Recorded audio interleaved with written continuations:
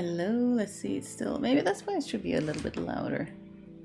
So that it can go up like that. Let's see. If I put it up to 8, will that be too much? Hello, hello, hello, hello. Is 8? Oh, I don't usually speak that loud. Let's keep it at 10 and just see. Oops. Hello, hello, hello.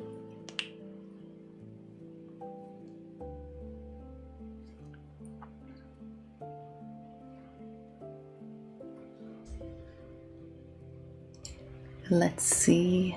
Hello, hello, hello. Good Thursday, everyone. Happy Thanksgiving, Max and everyone. Welcome. Where's my buttons? Over there.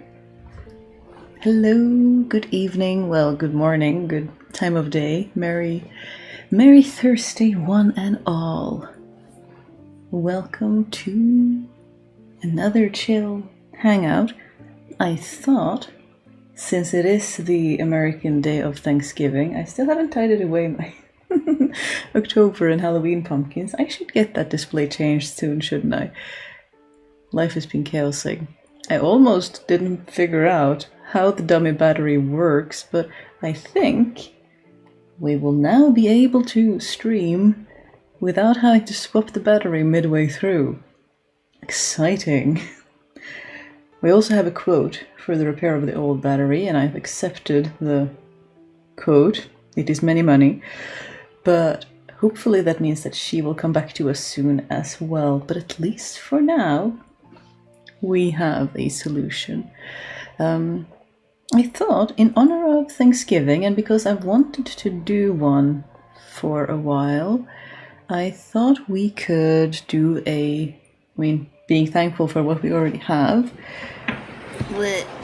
we could do some mending that which we already have, so to speak, although this might not be the best choice. You know, it's my very chunky, very thick wool coat that I inherited from my grandma. I'm trying very hard not to accidentally nudge the camera and blow your eardrums out, but she is missing a button. Well, she did lose a button and I didn't find it, so she does have a mismatching button, but the mismatching button has fallen off. But I put it in my pocket, so it should be, yes, right here.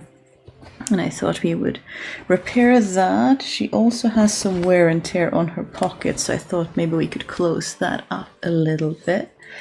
But what are you all up to this fine Thursday? Last Thursday in November, we'll be in December next time we see each other, which is both exciting and perhaps a little bit intimidating, depending on how you're feeling about ye old month of December.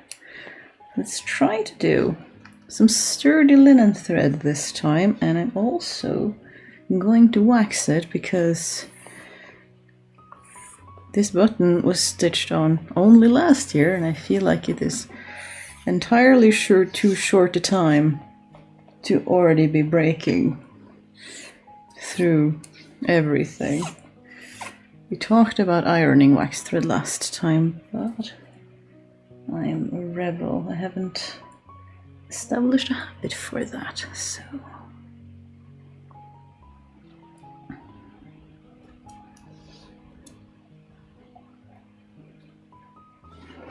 see, where shall we? There is the old thread. I do like to keep the old thread in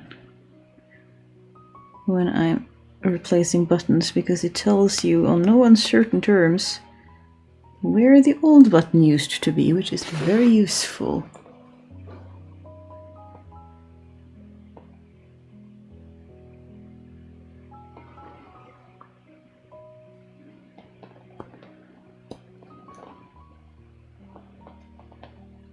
Many thankfulness in chat. It's very nice.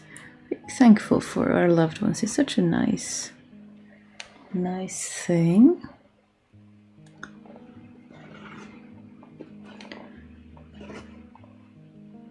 Finished a crochet triangular shawl, and it turned out the shape is a bit wrong and now it does not lie around my shoulders nicely. Oh no, that is frustrating. Do you have any plans for how you wish to address it? Hopefully it is something salvageable. I usually find that knit stuff is so soft that it works anyway, but perhaps it is different. Or perhaps you are a bit more sensitive than these things that I know that I'm very, not very sensitive to various comfort things. Like people will complain that they can't darn their socks because they notice the difference in texture under their feet and it drives them mad. And I just kind of go, it's warmer than holes in my socks, so I've always been weirdly tolerant of many things. Perhaps to my detriment as well, but sometimes it's useful. Color working also before getting to cooking. Oh, lovely. Oh, there are so many good color work pattern. I admire people who go to color work as their default. It's not something I do, but oh, there are so many gorgeous patterns. Good morning. Working on my dopamine project. Ooh, nice. You do like a good dopamine project. You remember the coat? Yes, it is that very same coat. And I wear it a lot. I wear it all winter. It is so warm, but you know, in the way that wool being so breathable, it doesn't get sweaty and uncomfortable and weird, which is very, very nice, I have to say.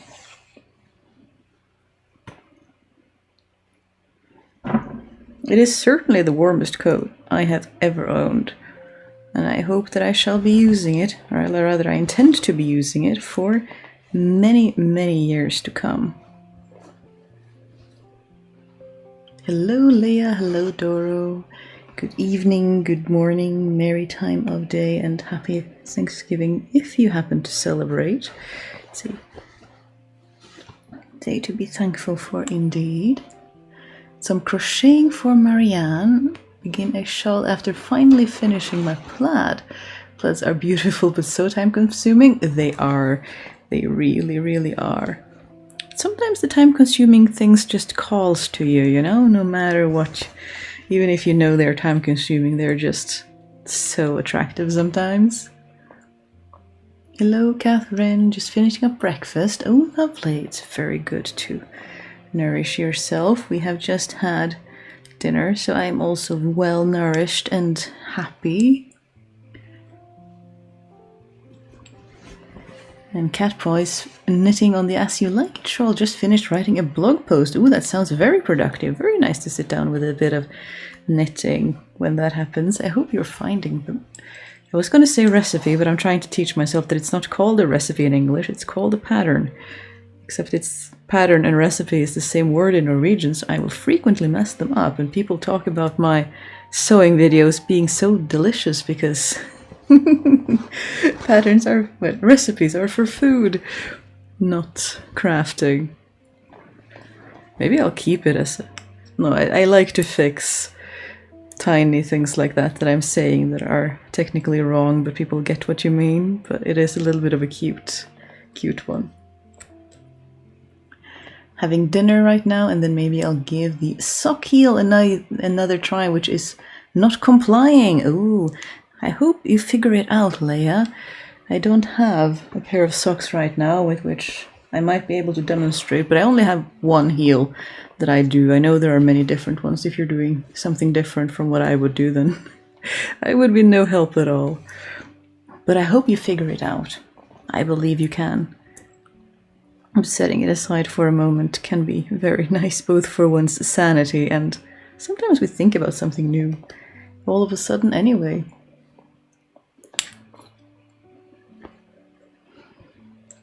I learned knitting to be able to make Icelandic sweaters. Oh, they're gorgeous.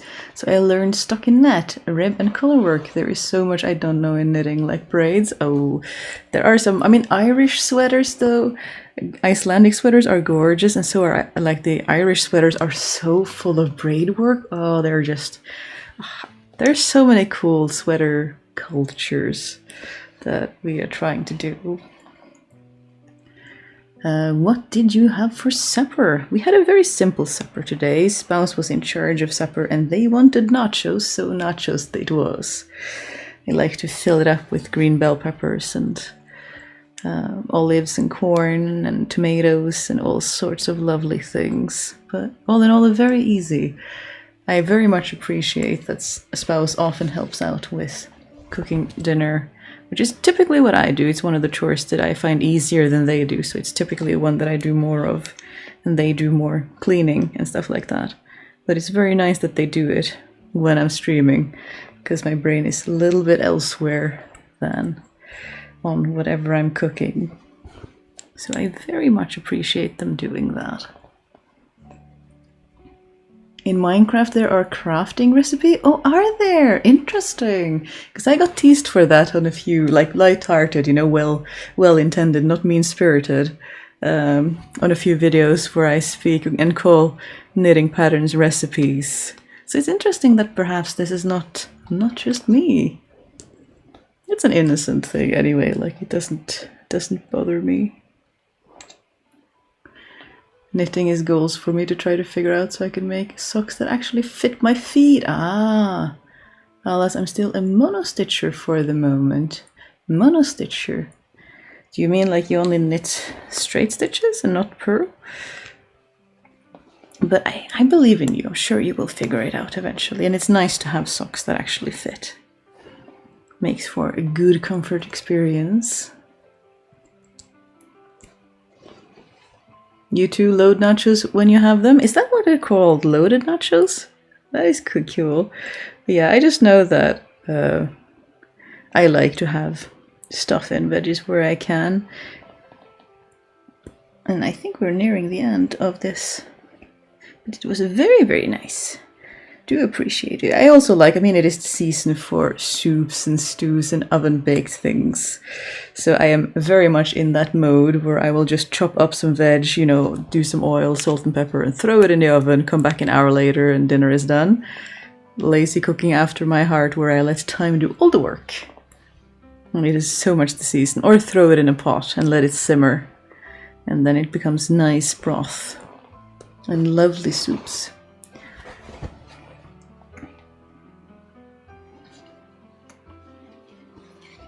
There we go. One thing already knocked out.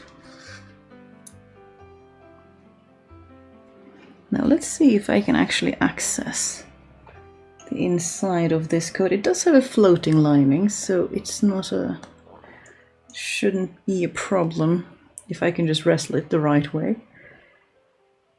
Well, that's what the commercials say. Loaded. Oh, interesting.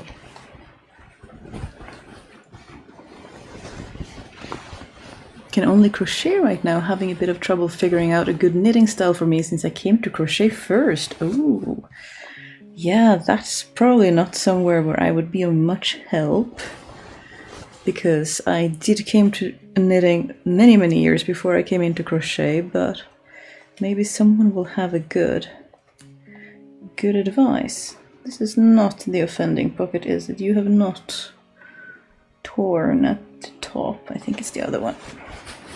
Well, these pockets are a little bit narrow, so I find that this top here where your hand goes in has been wearing down on one side, and of course the more you pull at it, the more it tears, so we're going to try to stop it before it becomes a problem. Where are you? Hello?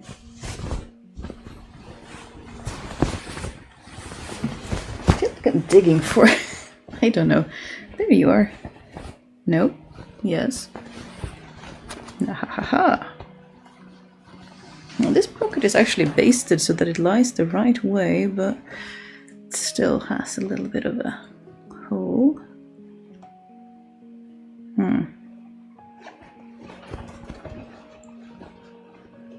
There seems to be a hole in the fabric too, maybe. I wasn't expecting that. I think I actually might need to patch this. I thought it was just a seam that was torn open. But Didn't bring my scrap heap, but I do have some ends here that I can cut off. I think we're either going to go for this linen or this green linen. I think this one.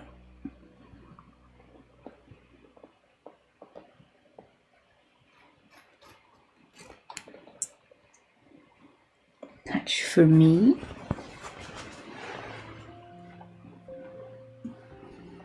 And then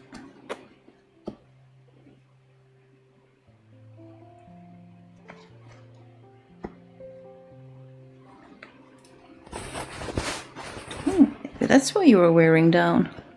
A lot faster than expected. Anyway, I hope everyone is doing alright.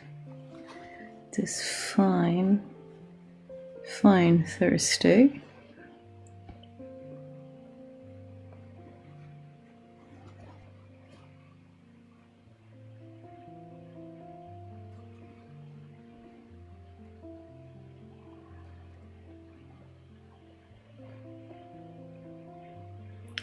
Live right there.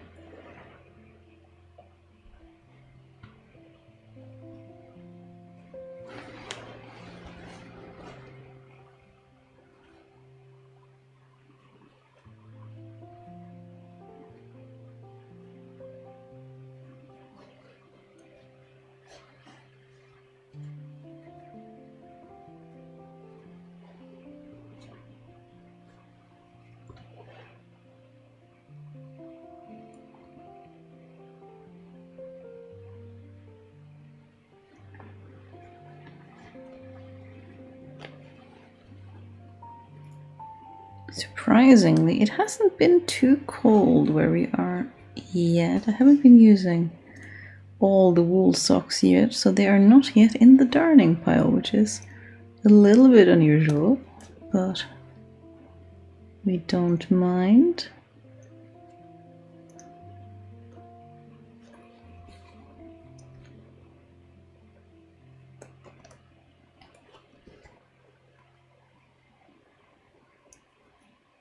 I should get myself a proper darning basket with all the tools and everything so that I just have it ready to go when the need strikes, or the desire strikes, to keep working on what we have.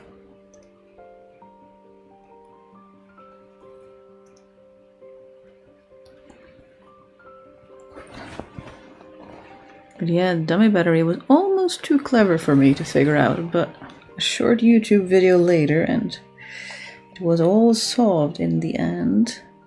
I was worried I was going to have to go back on my word that we had solved the battery problem. Turns out cameras with dummy batteries available have a strange little trapdoor that you open so that you can close the latch, but have the cable from the dummy battery come out of it, which is very strange. I learned so much doing this job that I hadn't really expected.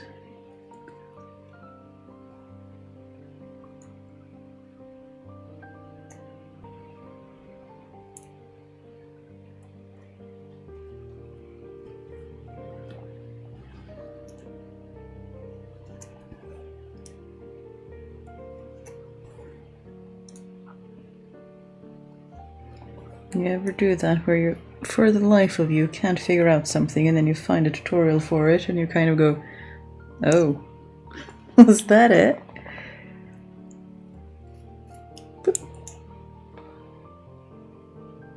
When you darn socks, do you knit darn or weave darn? I don't know their official name. I generally weave darn because that's just easiest and it's what I'm used to. I find that any of the knit darns are a lot more time consuming. They are very pretty though. I think I would generally, because the knit darns take so much longer, I'm lazy in that way, so I would prioritize for socks, the base of the heel, that doesn't get seen that much. And usually if you use non-superwash wool and it felts, I will go for weave darning because it's easy and it's fast. and it just gets felted into the rest of the sock anyway.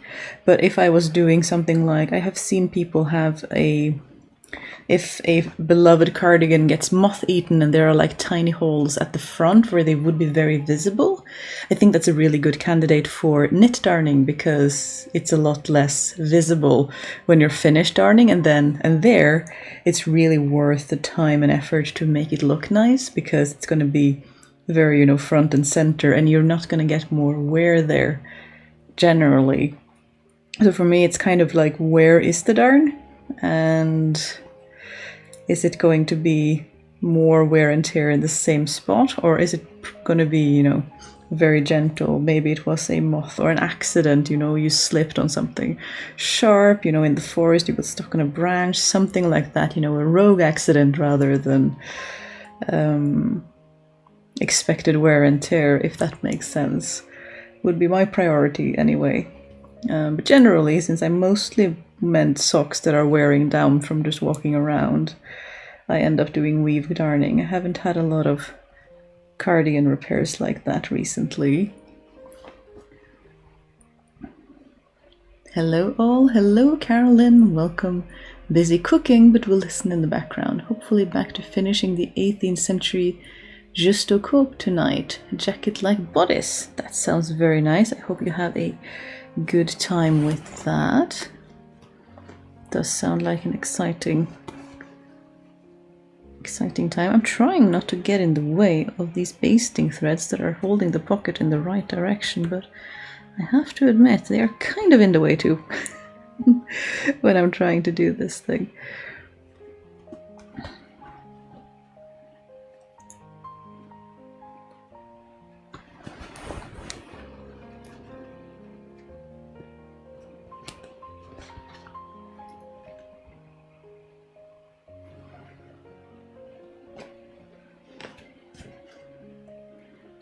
Reinforce the fabric seam at the top of the pocket too, or we will just continue this problem, which I'm not the biggest fan of.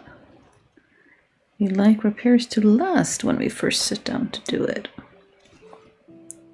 Hopefully my linen thread will be of use in that regard. Just received some yarn I ordered to make my sister-in-law a knitted Christmas gift. Oh, nice. Unfortunately, I seem to miss the fact that it is superwash when I ordered it. Oh, that's a shame when you don't see that. Yeah, I wanted to look for some knitted cardigans for the Yuletide season for someone who is wanting that, and when I'm looking secondhand, it's, people rarely tell you if it's superwash or not, which is a little bit frustrating. Because this person that I'm looking for does need warmth. So it would be nice if it wasn't superwash and something that was nice and felted. But I think I might have found a contender. Though we might need to do some fixes to it to make it actually suit the person in question's needs. Which is always a bit interesting, taking an existing garment and adjusting it. I don't like to do it to new clothes because it feels annoying if you spend money on new clothes that aren't secondhand and then take them home to mend them, but for some reason I don't mind doing it to secondhand clothes. I don't know if that is just a mental block, but prefer secondhand stuff anyway. Or are we gonna just barely make this game of thread chicken work? Come on, you can do it.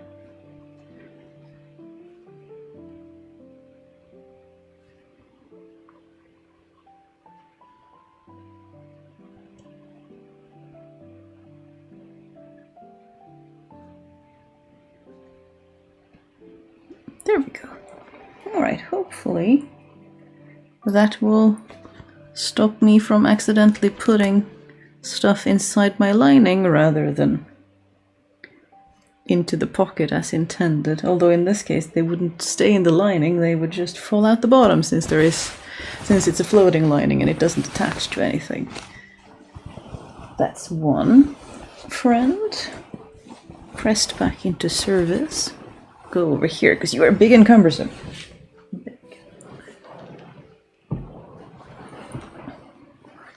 Debating whether to use it and not to waste it and order some pure wool. I can see the problem with that. I think it depends a bit on the recipient too. Some people want to just be able to throw the wool in the washing machine, and for them it's easier to get something that they can do that with. I know some people who also will prefer to buy 20% nylon yarn if they're making socks for other people, because they last longer and the recipients don't darn, so it's a kind of a concession to be like, yeah, I know that I prefer to do wool for myself, but this person won't use them if they don't last, so there is that. Now we have 2 sets of pajama pants for spouse with ye old, very attractive crotch rip, which is perhaps not the most modest and demure mend, but I mean, it is still a very necessary thing to do. Fabric is so thin these days, just rips and tears for nothing. I know that is a grief many of us have heard before. I do think we're gonna do it this way.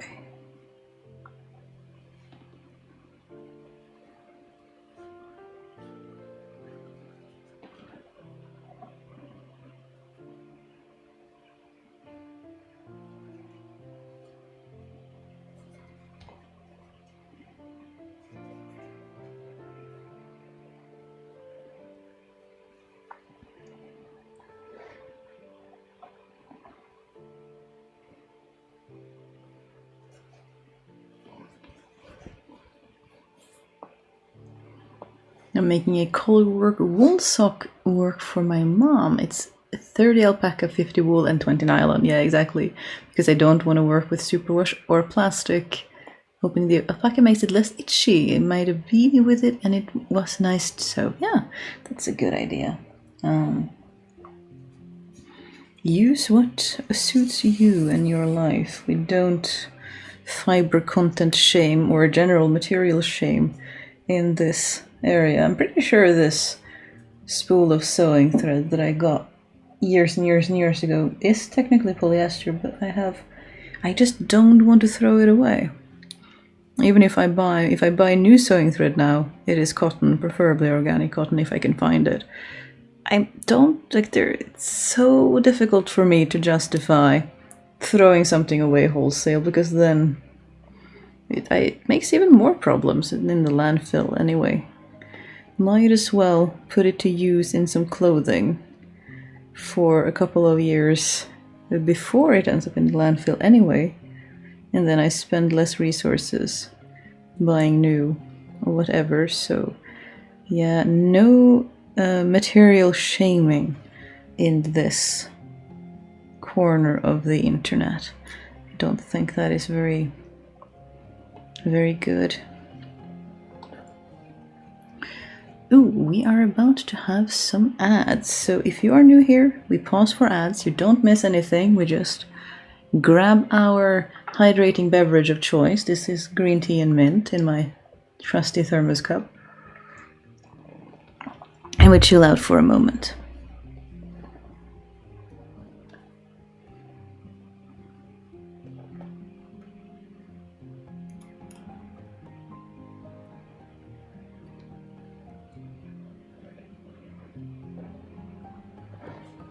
Someone tipped me last time that waxing a stubborn polyester thread also works, because then it's less prone to knots, and I'm tempted to try that out, because I do have many polyester threads that are especially prone to knots.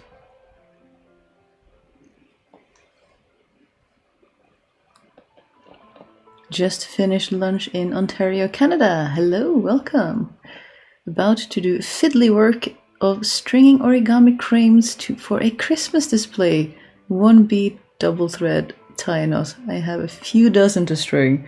That is a bit tedious, but it's nice to do that kind of work, either with your thoughts roaming or something else to listen to. You know, your brain just kind of tunes out a bit because your hands know what to do.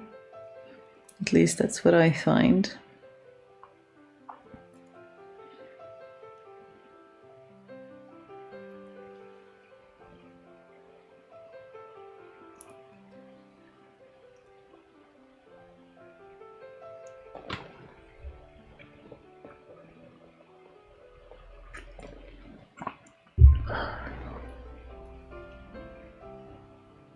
It's already pitch black outside. It's been for a while. It's always a bit interesting on this time of year.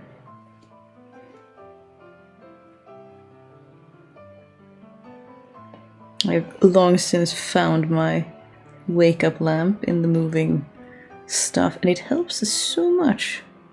I feel so much better waking up in the morning with it when it's nothing but darkness outside and you don't know what side of anything anywhere is.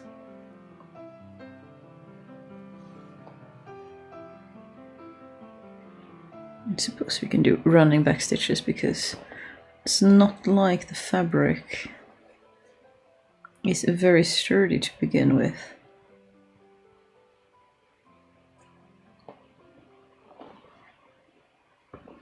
Sometimes I fall into this trap of like mending things better than the materials warrant. Like, it's not gonna stick together just because one seam is strong when the rest of it is cheaper material.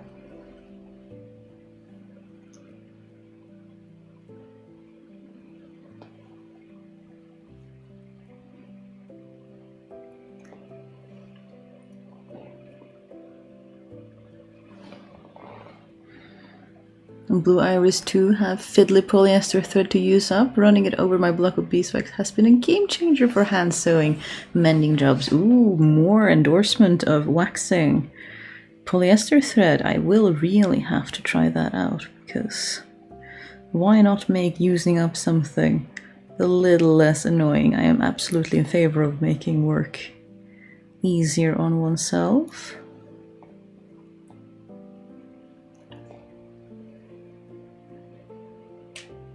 Rose, love the beeswax trick? Cool. Definitely something we shall have to utilize. I should have done that to this one, but maybe the next thread. This is only the small rip. We do have a much more significant rip as well, which I'm not entirely sure how we're going to deal with, but we shall see. I'm just doing the easy thing of just stitching around. I mean, it doesn't work forever because you end up losing too much fabric. I might... I'm tempted to say, like, should I patch it properly? Maybe next time. It would make it easier in time. Did I need to go find my patching set? Well, my fabric scraps, more like. Because I didn't bring those. That would have required forethought. I have somehow made gauge for my dopamine project, but the panel is 2 inches bigger than what the pattern calls for. Oh well. We wish you luck on this brave endeavor.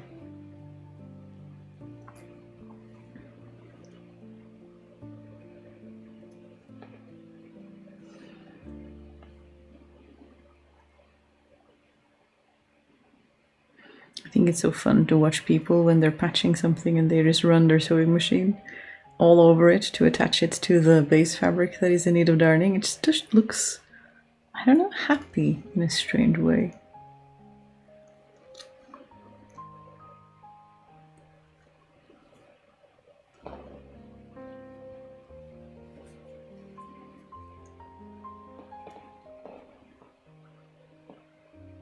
For narrow rips, you can use pieces of white ribbon as patch. Ooh, that's a good idea.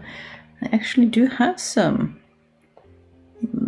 ribbons that are Like they were tied around free samples from some ribbon that I ordered, some linen tape. And I've been wondering what to use the tiny, tiny strips of ribbon that they used to tie the free samples together, but mending things might be a good contender, Joanna. I will try to remember that. Because pinching the fabric together and just ignoring the only works for very loose clothing, or it only works once and then you have to go back and do it properly. It does not work for form-fitting clothing at all.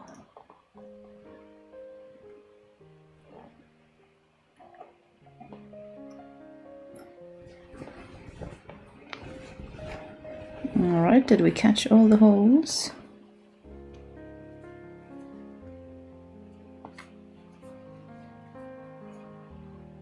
Yeah, this one has already been repaired once.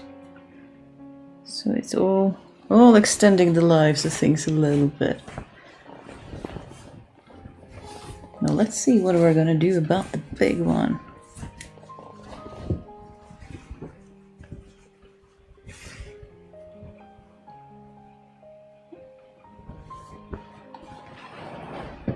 Back you go. Okay, let's see what we are dealing with. I remember looking at this and going, ah, yeah. How?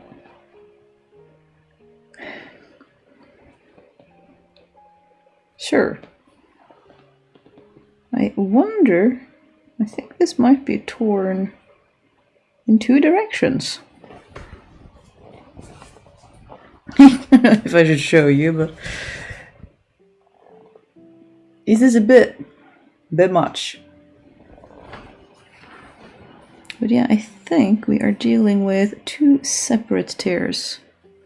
One and that is going this way, and one that is going. That's because there's a mend here. Let's take that out first. Okay, I yield. I will have to go get my scrap fabric pile. This is not amendable without replacing some of the fabric. Look at this. It's as big as my hand. This is as big as my palm. Yeah, no, we're not gonna get anywhere with this without some more fabric. I once patched a rip in my father's work pants with a piece of ribbon, but shortly after he ripped it again, right next to my repair work. Oh, I know. Whenever you repair something and you get like right next to it, that happens so often too, because the fabric around it is also worn and tired. But what can you do? Thank you, Muchly. Chaos mode engaged.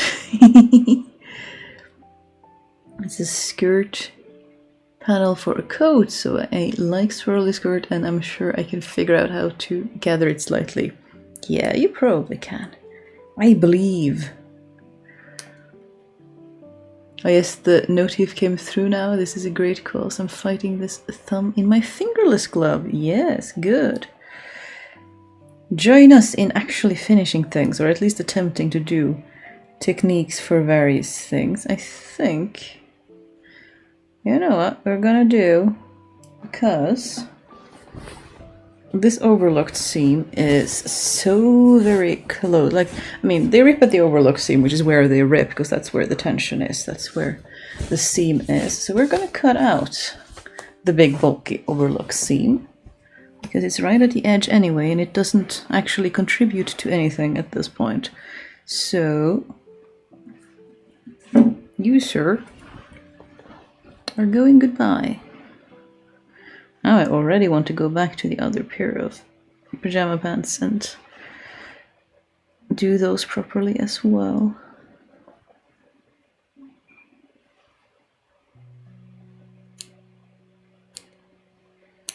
Gee, I wonder who's been here with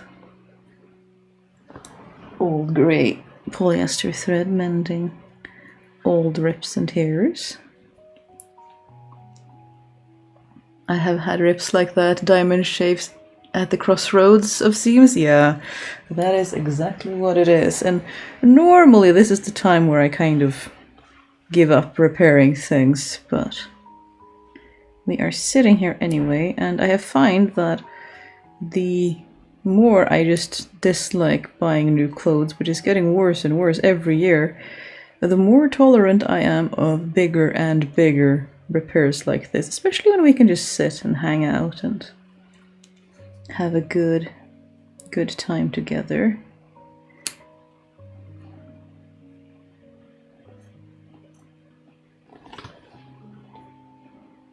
Like, why not have something in your hands to deal with while you are sitting there anyway? And you especially, sir, who are at the crossroads of 4 different seams, this lumpy bit is gonna go right out. I'm probably not gonna finish this now that I think about it within the live stream, because suddenly this is a much bigger repair, but gives us something to work on.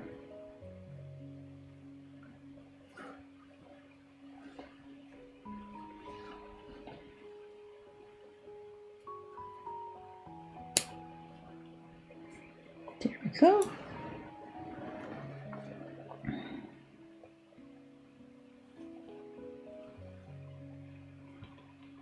You.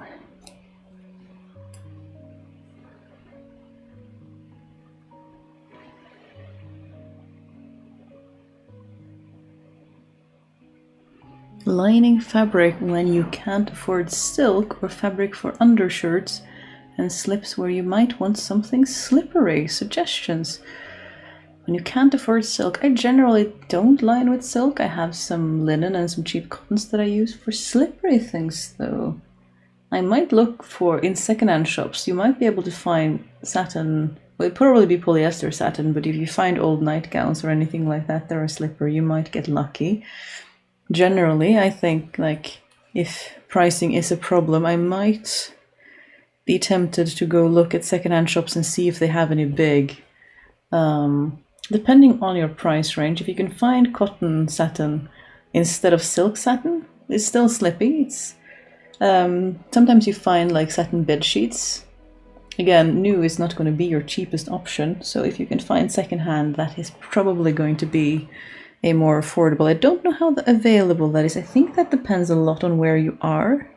There is this Swedish sewist who is super talented, and they always get all these like tablecloths and bed sheets and cool stuff from their charity shop, and I didn't understand where they got so much cool. I never found that many cool things in secondhand shops, and then I went to Sweden and found the charity shop there, and I got it.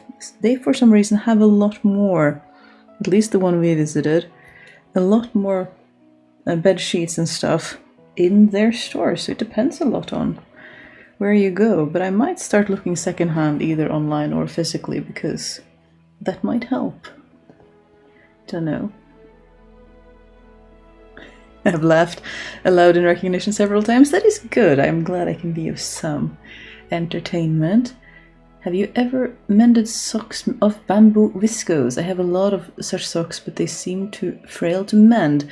Oh yeah, I haven't mended bamboo viscose specifically, but I have mended like the thin cotton socks that you buy, from shops in a 10-pack, and you are right, they are very frail. They fall apart almost as soon as you mend them, and that can be very frustrating. Pardon me for a moment, I'm just gonna go get some mending fabric. So I can get through here without tearing everything down. Very good.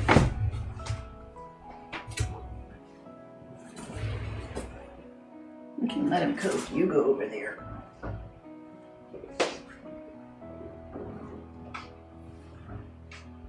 I'm going to put the pajama pants where I can reach them, so that if we want to mend them, we can.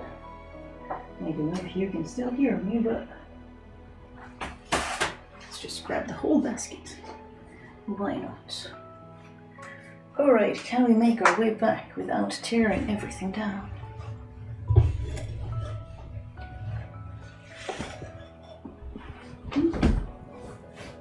Oop. Alright, have a basket of scraps.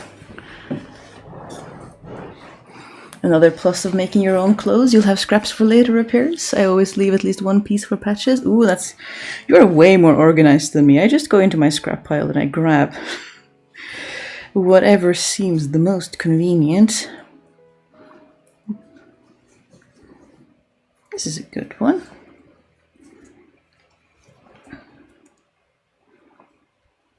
Clothing version of shabby chic, I mean. That's cool. This is a fairly large piece and it's in a green to match the blue and green of the trousers. It's a good one. We have some more here. I'm not organized enough to actually keep what I need, but that is very organized. I love that. Here are some other pajamas. It might be useful. It's only a small piece, but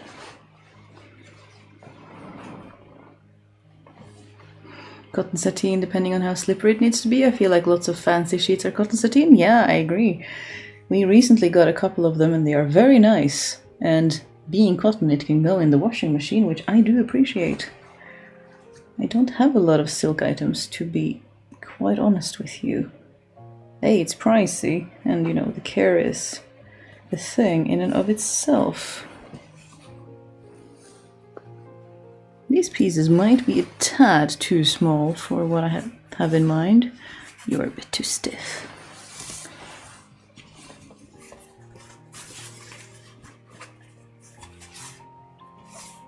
That could work.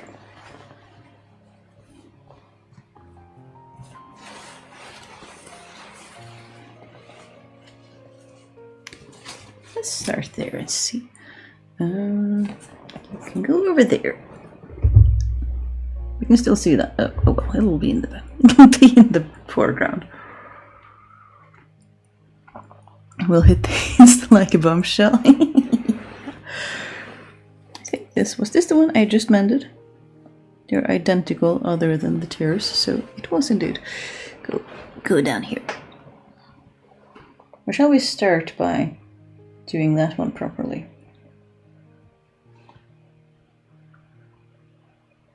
We can do that. Give us some practice, I guess. Nylon is very breathable than polyester and should be available secondhand, maybe only in vintage clothing though. Interesting. I'm Swedish and most of my fabrics are charity shops. I have so many 40s, 50s and 60s linen tablecloths. Oh yeah, I am in envy of your charity shops. We found one and we thought it was small, and then we went inside and there was more rooms and more rooms and more rooms, and we were just astonished at the amount and quality of fabrics. I got several pillowcases and things to use as pillowcases because they were in really good shape. It was really, really nice.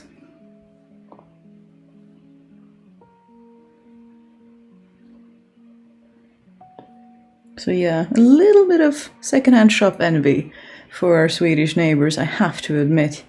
The one charity shop we went to in Årjäng was exceptionally, it was so large. I was flabbergasted by how large it was.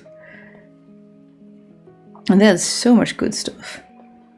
I do want to go back.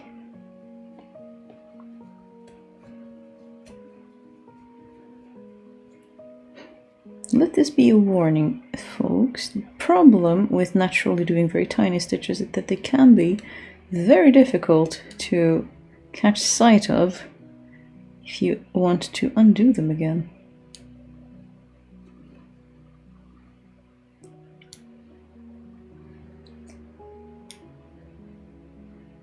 I really should learn to just do it the proper way straight away, shouldn't I?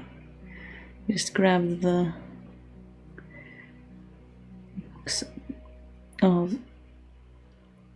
fabric scraps straight away.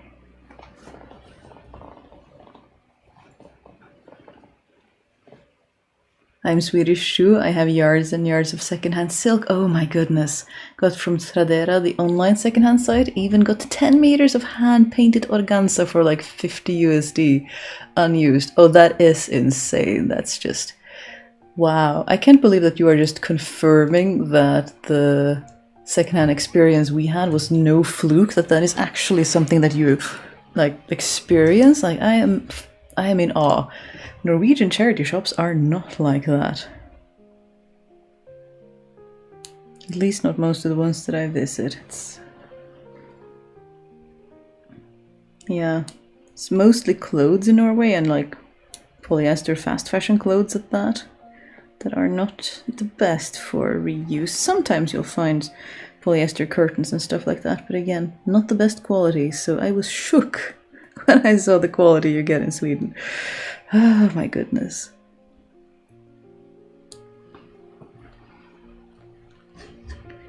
Now you got me repairing my flatmate's pants. They will rip again soon because the fabric is worn so thin and rotted with the sun and humidity. I can understand that.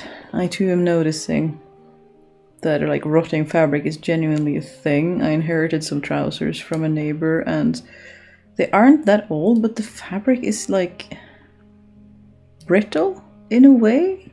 Don't know how better to explain it other than, yeah, brittle would be the word I would use. You can tell that that the fabric is getting old and have been in the sun, maybe in an open clothing storage solution of some kind, and the sun has done a piece of work on them.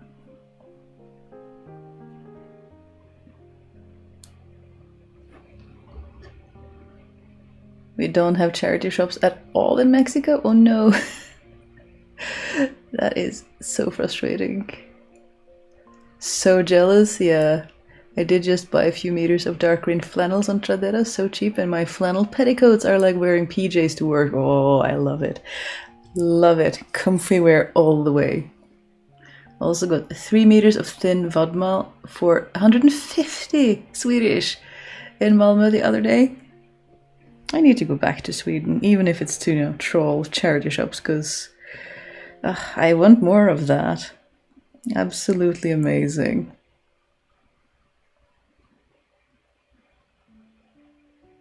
Come on, where is my thread?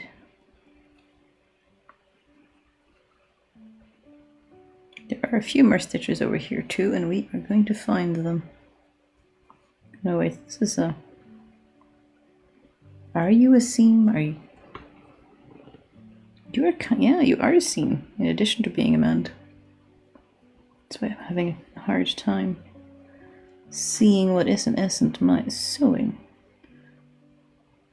Ooh, and I think I've repaired this once before. So I'm also having trouble seeing what I'm doing and what I have done. Okay, cool.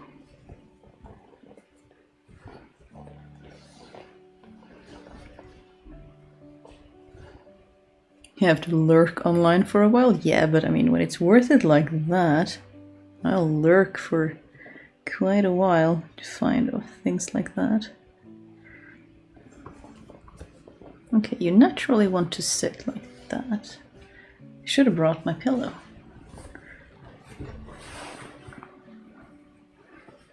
But I do have a very available knee. In Germany we have charity shops, but it's difficult to find fabric there. Yeah, it's the same in Norway, Joanna. Like, fabrics don't generally show up in charity shops. You'll find like a lot of cheap yarns and old knitting needles and stuff like that. But wholesale fabric is very rare. Don't think I've seen that many times at all. Okay, we're just gonna... You are hanging on by a literal thread anyway, so we're gonna remove you so we don't have to deal with that tension. Tidying her up a little bit. Let's do the same as we did to the other one and actually cut out the center line, because you are more trouble than you are worth. Hello, madam. Would you like to join us and engage the famous and lovely cat cam? If you move your royal bottom from what I'm working on, you can lie on my lap if you want. I hear the charity shops in Copenhagen are are fantastic if you want things like thick wool jumpers like lusekofte, but closer to Lovikka yarn. Ooh, I need to do more charity shop hunting in different countries. That could be fun. And I was in awe of the Norwegian charity shop Shan visited in her videos. Yeah, there's a lot of variety, isn't there? I think she found a really big and nice one, though. They vary a lot from where you are.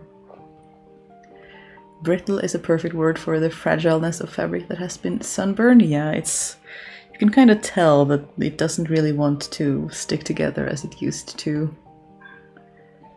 Goes to Pocket Tradera, Germanic language site. That means I can just about understand most of it. I kind of want to check it out too, but I'm afraid I shall spend entirely too much money now right before the holiday season where people be wanting gifts. Let's see, madam. Your audience might want your royal company. If we can move. I did put the cat cam up in the basket, but if we can move. Can I get you? Oh, come here. And then over there. And then, pardon the rickety noise.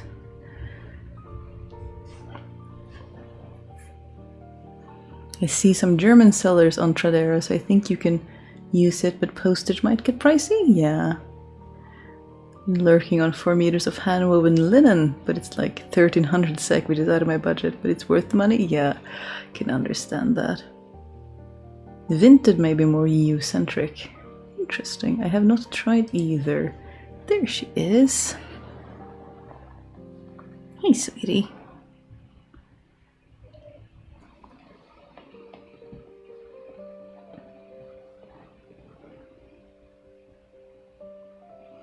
I don't understand Vinted at all, so I avoid it. I have never tried it. I don't know what the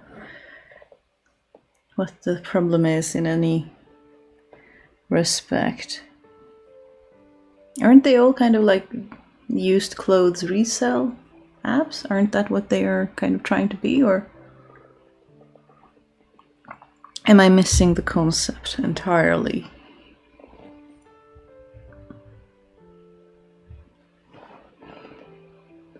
I've used Vinted, but only for secondhand clothes, not fabric. For clothes, it's great though. Interesting. Yeah, in Norway we have this place called Finn, which is kind of anything from person to person. I mean, there are businesses under advertising on there too, because it's so large. It just has kind of superseded anything else in the Norwegian market. That, you know, you put up clothes there, you put up fabric, crafting tools, houses go on there, they're on sale, cars go on there, pets, which is not the best, but there are some not charities, but pet shelters that use it as well.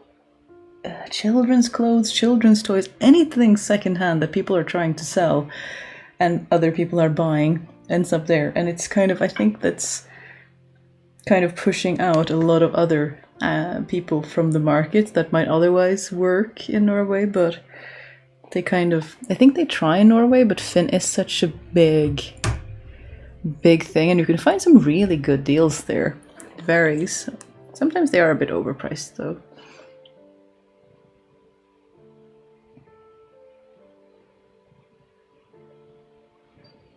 The American English is my only language, but I took 4 years of German in school, so I can muddle through most related languages between the two. Yeah, I can understand that.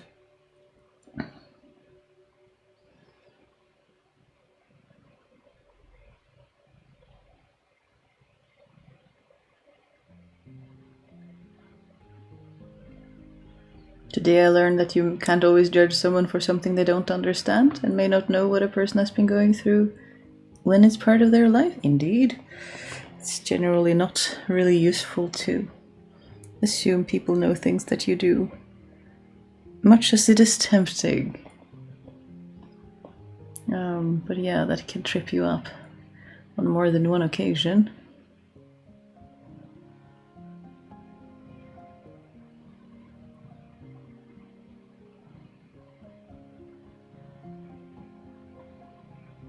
I love that we are having a lot of various shop recommendations in the comments for various largely Swedish excellent sites, which you have some glorious sites and some glorious shops and museums. When we were in Göteborg last year, I think it was, we found Remfabriken, which is a museum. It used to be a factory that made strong and sturdy ribbons primarily for belt running of factory stuff, but now they also do pretty ribbons and bobbin lace, and they've bought some bobbin lace equipment from other museums or it would get shut down. So they have 2 bobbin lace makers, and they were so cool. And they make ribbons in their tiny museum shop run by volunteers, and it's amazing. We got a guided tour almost entirely alone because it was only us. It was late in the season, and another person showed up sort of almost towards the end of the guided tour, but before that we were just running around alone, and I asked way too many questions, and the poor guide was a little bit overwhelmed having a weaving enthusiast and not just a general public person. But I bought quite a bit of ribbon. I don't have any lying around here, but I bought a couple of meters of ribbon there because they were very cheap. And they looked at me funny for buying so much, and I was like, you don't realize how cheap this is compared to other sources. And there's always a use for ribbon. Always.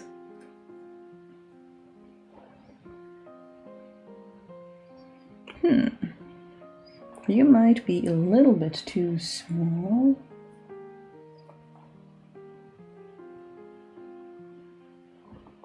This might be a contender, but again, it's a little bit small. Well, if I pull it down a little bit, it will work, which is how this was stitched anyway. Let's do that. Let's clean up this piece, and we can use that.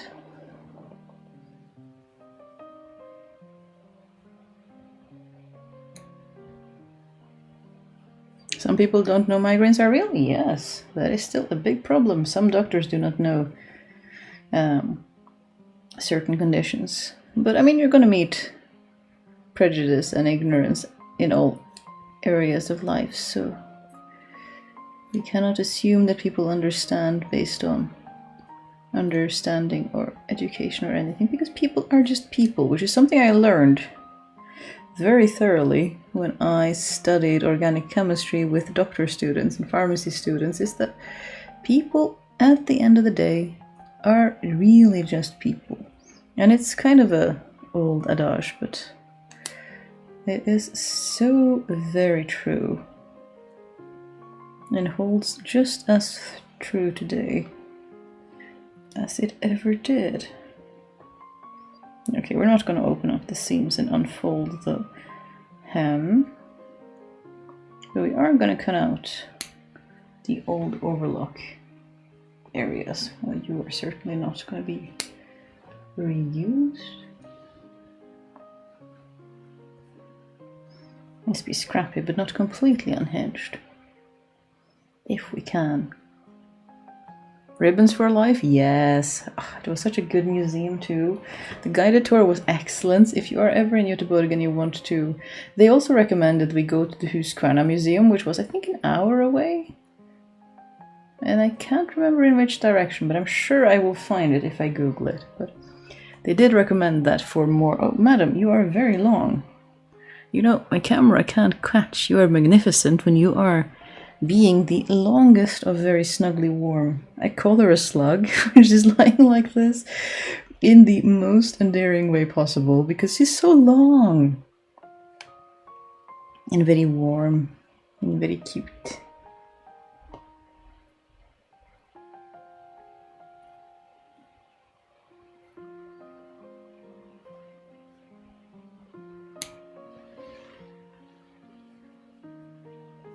So indeed, ribbons for life, because you always have a use for ribbons, don't you? Always something that could use a good ribbon. If it is for binding something off, or tying something, or decorating something. I find that is one of the things that I'm trying to just use my stock of sewing supplies, since I have a lot of fabric, especially after we found a fabric shop closing down, and I got a lot of what would become dead stock would, go to the landfill for very, very insanely cheap, which kind of made me sad as well. But it did help the person closing shop with paying bills, I hope. So there is that. But I got a lot of fabric from there, and I have a decent amount of fabric anyway, and I'm super slow to begin with. So I'm trying to just use what I have and not really buy more things. But the one thing that I am permitted to buy is ribbons if I use them up, because they are so useful. And they generally need more of them anyway. You use them up. Your kitty is so well behaved. My kittens would have already started to try to help by trying to stick their whiskers into scissors. The small scissors she's not that interested in, but she has been known to try to paw at the big scissors, which of course makes me very anxious, because I don't want to cut her. They are very sharp scissors, but it makes for adorable footage if the camera is on, I will admit. Hi. Am I not giving you sufficient attention? I have so much cat floof on my clothes. It's great when you wear a lot of dark wool and 2 of my cats are white. Yeah, we don't have that problem. We have white kitties. So I just have black fur everywhere. I went to see Buxton's mum in Varberg, and it was amazing. He is from 1200, but the clothes look like you could just put them on and walk away. Yeah. Oh, it's so mind-boggling when clothes are well preserved. I think it's just incredible. How are we going to do this? And pin it in a way that makes sense.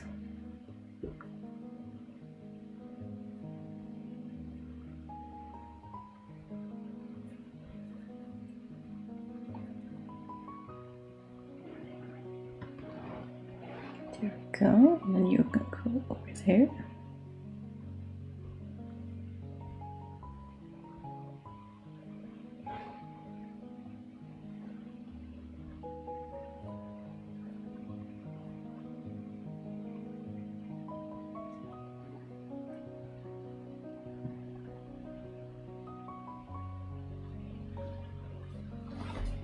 Oops.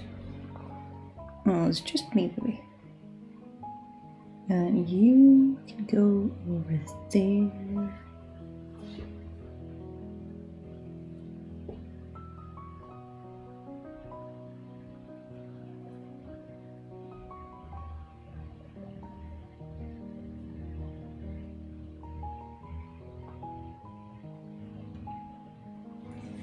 Oops, I'm sorry, baby.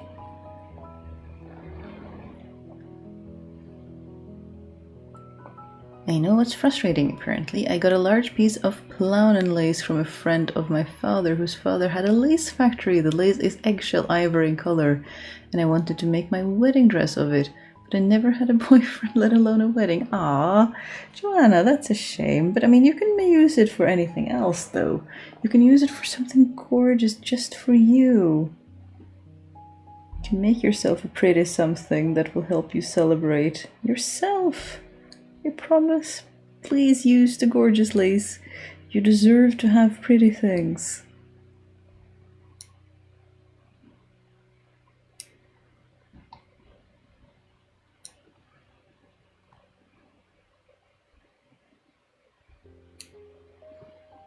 There's a charity shop near me that has some, from what I can tell, pre-1950 bobbin lace. Ooh, that is quite exciting. A few meters of different patterns, and I can't afford them. It's killing me, but they need a new home so bad. Oh no. That is frustrating when you see things that you could potentially give a new life and it doesn't really want to.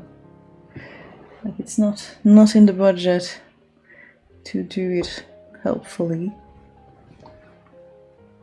Okay, and the last one. There we go.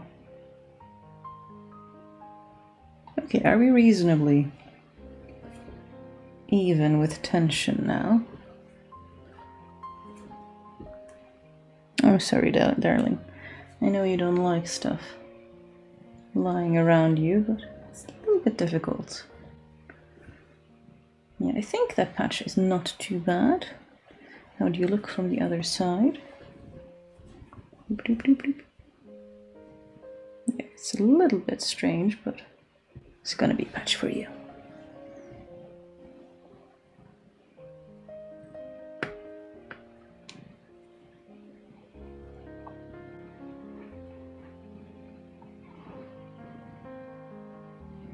Make one as an evening dress for you, Joanna? Yes! And more people saying you could make a dress to celebrate yourself with lace. Yes! You know, having a friend, she's getting a child all on her own. So much is possible now if one wants to do it that way. Yes, absolutely.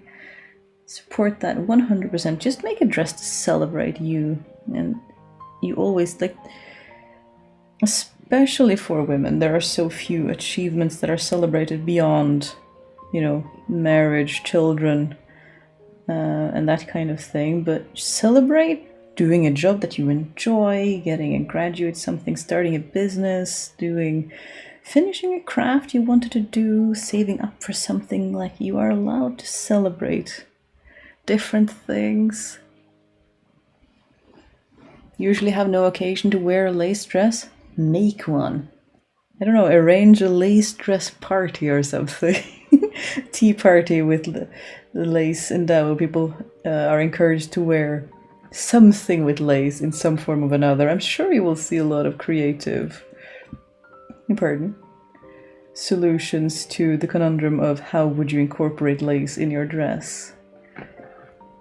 A really good friend of mine, they are a Viking guild, and they also got tired of usually you only use the Viking clothing when you go to market in summer a few times, so they created winter solstice feasts and various summer parties, and they started, you know, with Yuletide celebrations, all in order to wear their Viking clothing outside of market season. Just them, just the guild. And I think that is such an amazing way to both use the clothing that you spend so much time on, but also create community, have fun. We also had some Mad Hatter tea parties. Like, she's such an inventive, creative, and fun person. It's amazing. She just gets ideas and then she makes them happen. I think that is a really cool trait.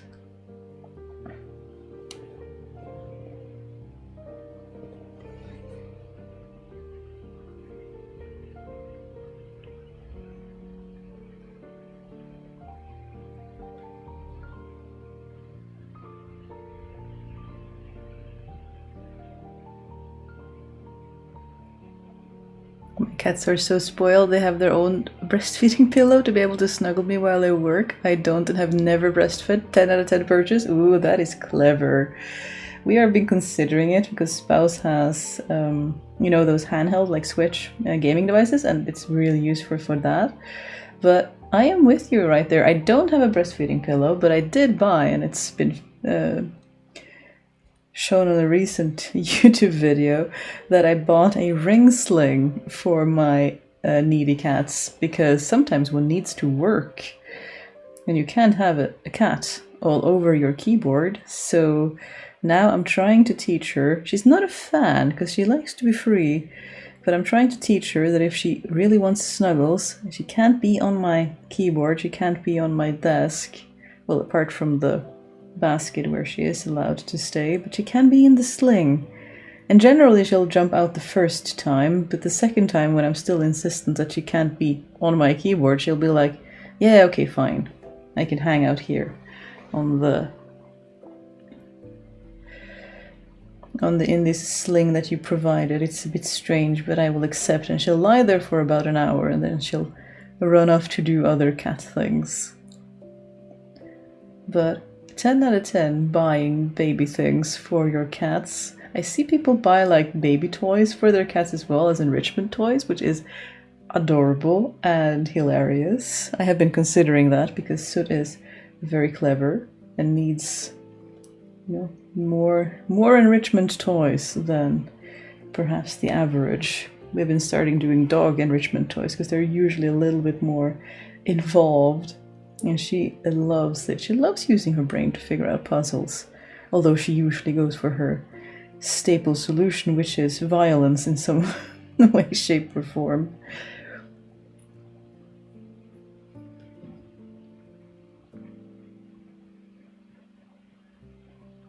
Not finished university and have never worked a job due to disability, but maybe I will make a 1920s inspired dress for wearing to the supermarket, I guess. Well, yeah, make every day an adventure and an occasion. Why not? If you want to wear the lace, like, make it happen in some way.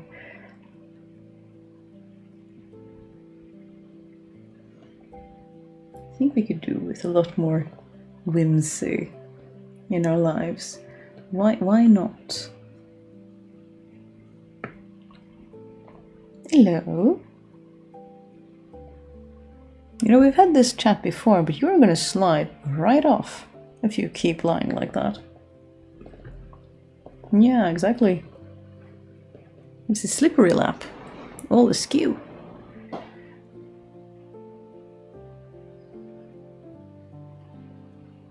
Also very useful for supporting your arms for sewing and knitting. Yes, I wanted one for that reason.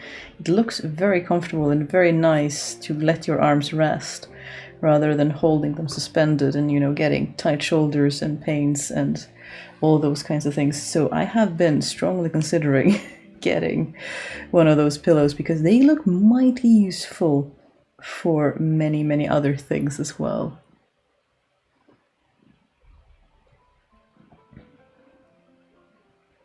Love the cat sling? Yes, it's so cute. It is adorable and she is such a cute little baby.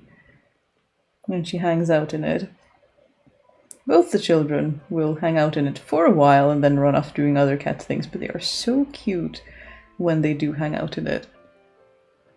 I have a button talking kitty. Interesting.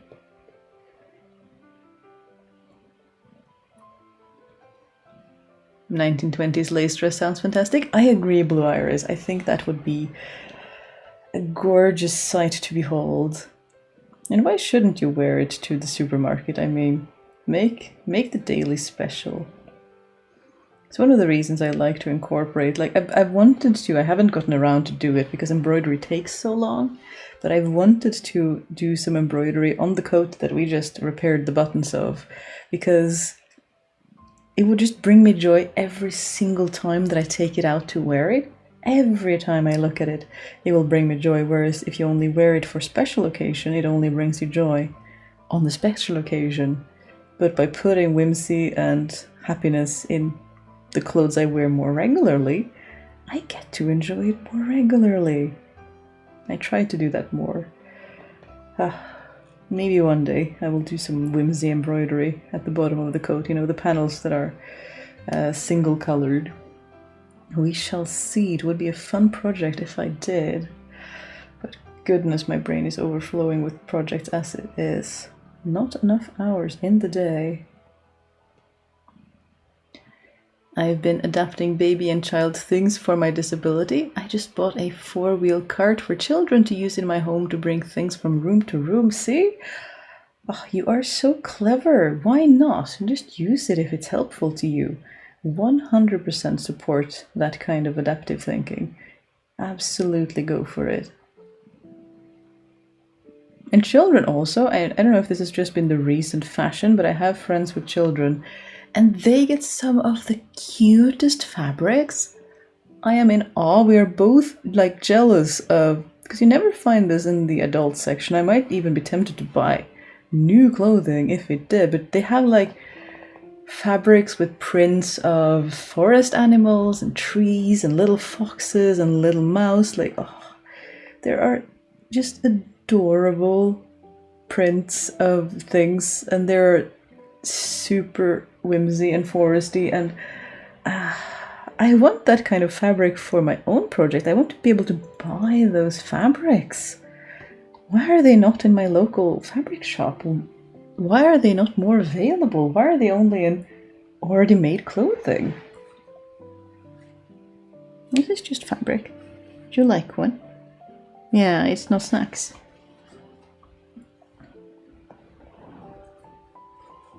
I've been thinking about a cat sling too. Our kittens like being held like babies, and it's extremely hard to do anything when they insist that they wish to be held. Yeah.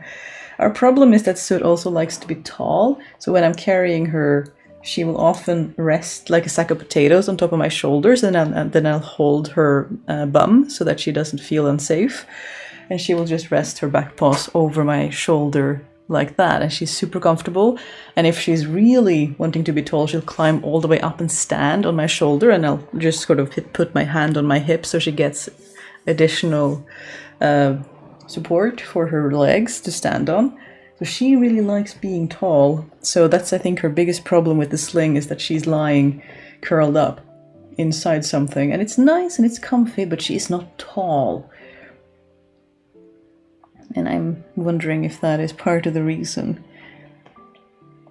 We don't know, but it's still early stages. But yeah, if you have clingy cats, cat slings might be a fun thing to try out. Of course, it takes a while to get them used to anything, but that is to be expected of both humans and animals, I think.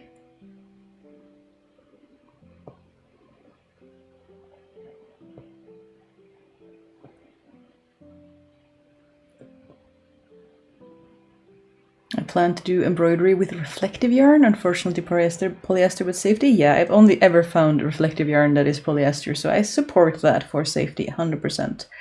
No shaming anywhere. I actually bought reflective yarn I wanted to card weave or tablet weave a ribbon in brocade that was reflective that I could like put at the bottom of my coat, because I thought that would be super cool. But it turns out, because at least the reflective thread that I found is basically a plastic sheet cut into very thin strips and probably melted together. I don't know, extruded or something, but you could see when you zoomed in on it that it was kind of like a very, very, very long rectangle. It was flat and it was sharp. And I had a silk warp for what wasn't reflective, and it kept cutting my warp threads. Because it had an angle, it had edges, it was sharp. It was extremely frustrating. So I gave up on that. I have only about like 10 centimeter maybe of reflective brocade ribbon that I wear as a reflecting device when it was supposed to be a whole glorious ribbon along the bottom of my coat. It wasn't. But yeah, absolutely. It's so much fun to make fun things with reflective yarn, and it adds to safety. So yeah, that is one of the areas where I have some reflective ribbon for a cape I made last year, and it's the same, that's also polyester, but we are in support of safety, so no shaming or shame about that anyway. Keep yourself safe. I think it's kind of that attitude, like Ruth Goodman talks about when in Victorian Farm, when she's talking about Victorian laundry, where they have very many different detergents, but they only use the stuff they need on the bit that is dirty. You don't soak the whole garment. If a cuff has an ink stain, you use the thing you need specifically where you need it. And I think in a similar way, like there is a space for polyester and that kind of thing in reflective ribbons and stuff like that, but we don't need to use it wholesale for everything. You know, that kind of use it when you need it and use other things when that is more appropriate to keeping our bodies breathing and things like that. I don't know, probably a bit of a muddled analogy, but we do our best. I do sashiko embroidery and have a wealth of finished panels. Some are getting put into a patchwork dress. Ooh, lovely. So I can enjoy them daily and show them off. I am so much in support of this kind of thinking. Show it off, wear it, have fun with it, look at it and have it bring you joy. Don't just hide it away in a cupboard. Like, there are too many stories of old people passing away with that bottle of expensive perfume still in their dresser unopened, or the bottle of wine, you know, saved for a special occasion, and the occasion was never special enough, and they passed away never having gotten to enjoy it. Let's be the community that doesn't do that. Like, use the fun stuff, use the pretty things. You can always find other pretty things. Later, we can, I promise. There are always more cool things to enjoy and use. Use the fun things. Use the pretty things. Please, I am trying to do it. So come on, let's do it together. I really want us to do that.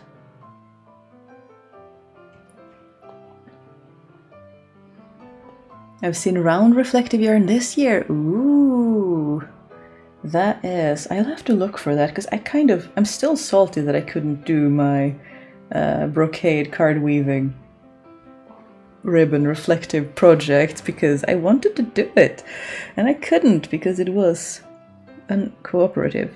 Let's see, let's cut off the...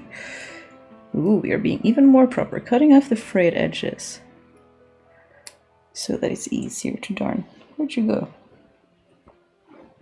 Easier to cut off the darned edges. I have not seen reflective thread that is not a sharp little rectangle, but I shall have a look out for one, because if I can find like a braided or a spun one in some way, oh, that project might be back on the list. That was like 15 years ago. Why did you fall off? Dude.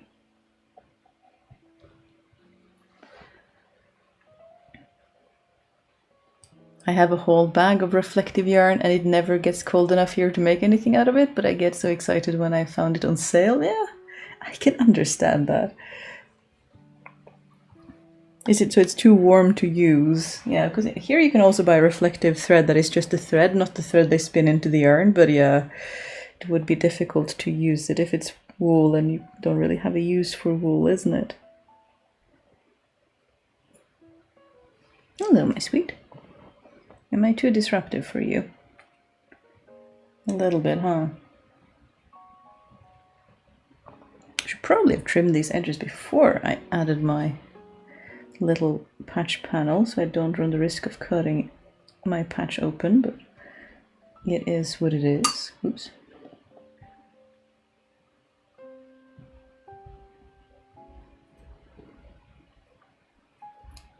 There we go. A little bit cleaner edges.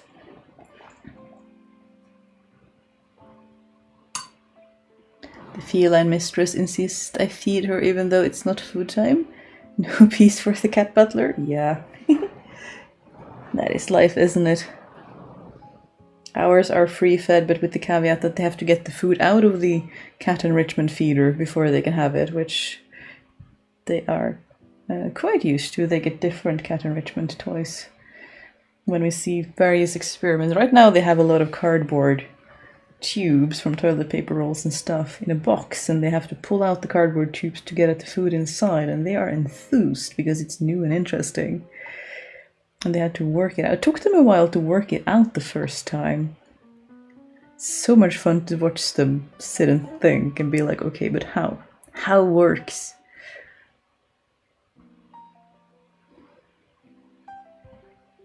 Now one of these thumbs is done and I just need to replicate it? Yeah. I can understand that. It's one of the problems with socks and mittens, isn't it? That you need to replicate it on the other side too. And we are about to have some ads again. I get to hydrate with some tea.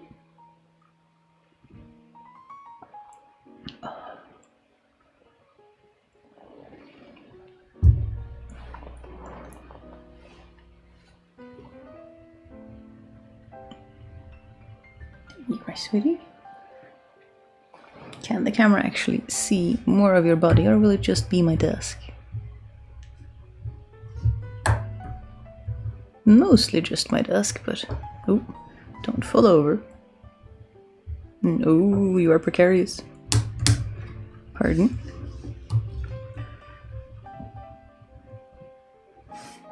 Please don't fall over. We should have both legs in front. There we go, maybe. My dopamine project is a wool crochet winter coat. It's never cold enough here for it, but it's giving me the happy right now, and we're hoping to move someplace with actual seasons sometime. Ooh, interesting. Yeah, I always feel a bit, I don't know, I guess it's just what I'm used to, but like a bit sad for the people like in Florida who are talking about, oh, they want all the cozy things, but it's entirely too warm. And it's not a problem we have here, but I get it that when you see something and it looks so cozy and nice and you want it, and it's like, yeah, but it doesn't work for my climate, which is a shame. But I hope you will get some use out of it eventually, especially if you do get to a place with seasons. Hello? Did you want something? Can you guys buy dead stock fabrics in your countries? We had some specialists in Sweden that only sell dead stocks, but it seems bigger in America. I'm not aware. I know there's one in, or at least they used to. No, they closed, didn't they? There used to be one in London called Offset Warehouse, but I think they closed shop a few years ago. I have some fabrics from them lying around actually. I haven't found one in Norway, though I haven't gone looking. To be honest, I'm bad at looking for new stuff. I kind of stick to what I know. But yeah, I'm not familiar with anything like that. In Norway at least, but one can hope. I call it dead stock when I came across the fabric shop that was closing, mostly because a lot of that, I was coming towards the very end of the sale and he had almost nothing left, and it was the last day, and he would have had to throw things out when the sale was done, so it could have easily ended up in the landfill if I hadn't bought some of it, but I guess it's a little bit of a stretch of the term. But yeah, it would be nice to have a little bit more of an organized system for that kind of thing. I think we can take these out now, so they don't just fall out.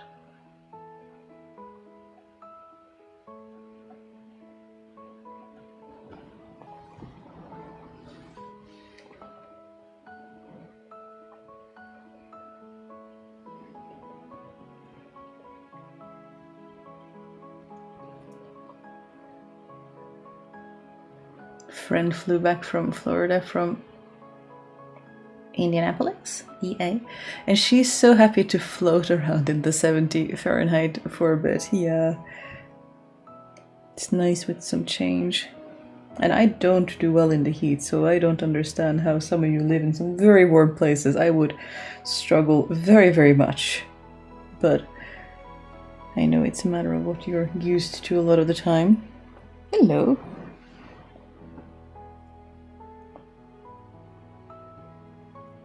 There's no need to whip your tail at me, young madam.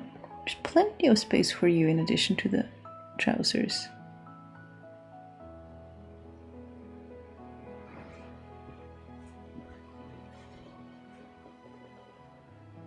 We have some in France, they sell online, but I don't know if they ship to all of Europe. Yeah, I think it's pretty common that they are not that wanting to ship it very far, because that does, I mean, cost a lot of money and perhaps reduce some of the benefits of it.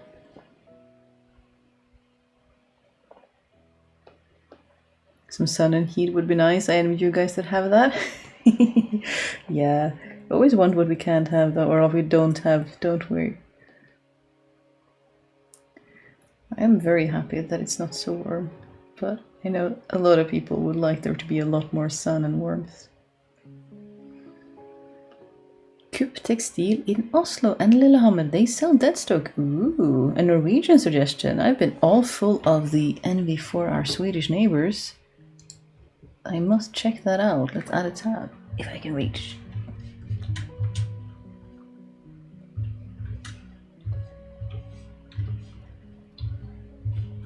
Boop. Ooh, thank you, Anna. I had not heard of them. I shall have to give them a follow. Ooh. Very, very good.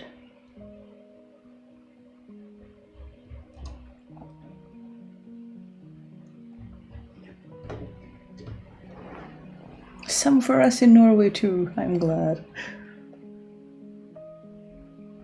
I shall become the best fabric lurker. This year's boyfriend purchase will be the pretty house-made corset pattern from Clockwork Fair. Ooh, that is a good one. They do really good.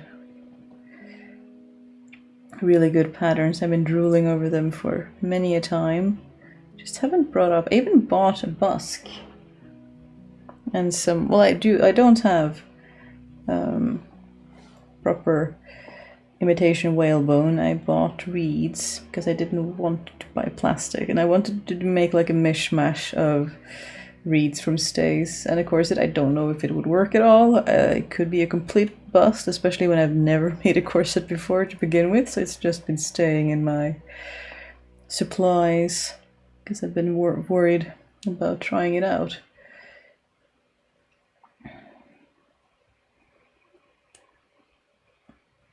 But yeah, Clockwork Fairy has a lot of pretty patterns, such good things.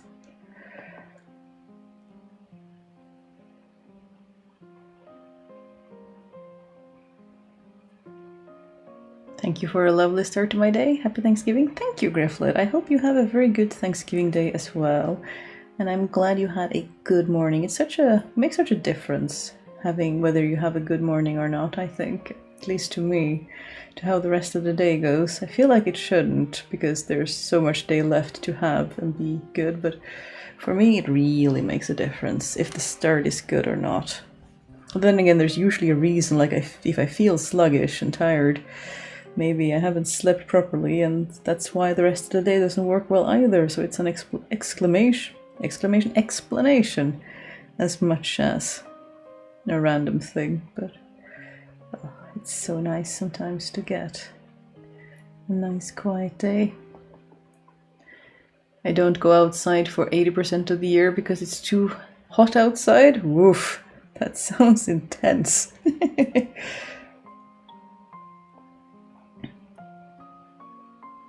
Of course, Coop is owned by a Swedish lady. I did see the Välkommen with the umlauts instead of the Norwegian O, so I thought maybe it was. Oh, Swedes do so much right. They're good at reusing resources, and from what I've seen, at least creative and clever solutions to maintaining things. We always admire that whenever we visit, that you are very thrifty. I really admire that thing.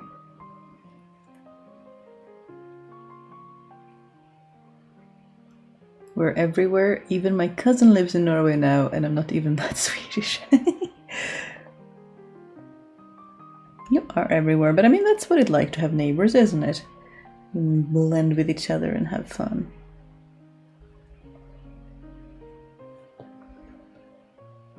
Right, now let's see if we can. That's actually not half bad. It will be a very serviceable patch.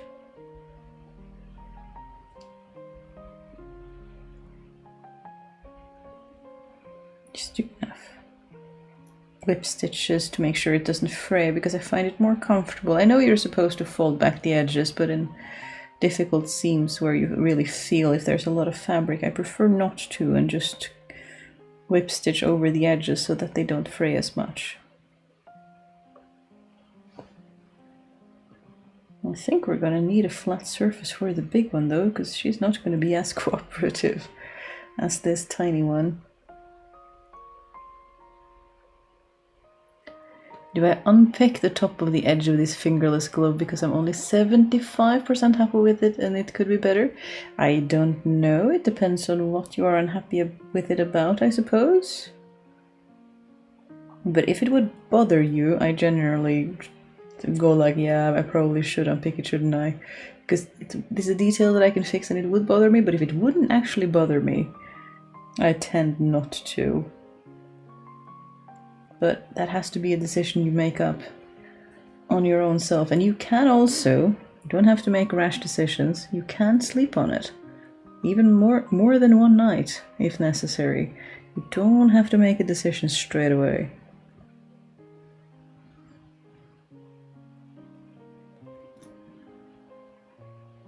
I always fiddle with the top edges, so I would redo it. I will notice flaw other parts are less prone to be poked at and can be more imperfect. Yeah, I can see that. I have a pair of fingerless gloves that I've recently, for the same reasons that we talked about earlier, that the yarn has become brittle. I'm pretty sure they were a gift, and I'm pretty sure that they are superwash merino wool, because they haven't really felt it at all.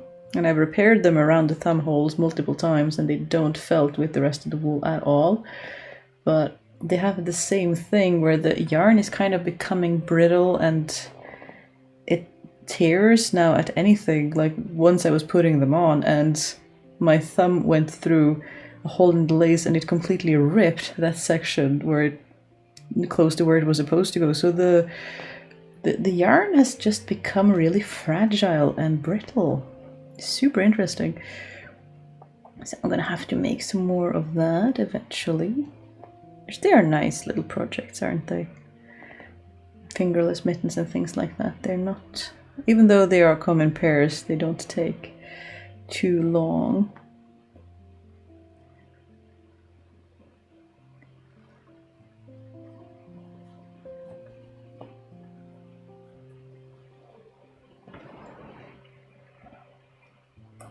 There we go, one little patch. I don't know if you can see that. Oh, there is a different kind of fabric in the middle of that.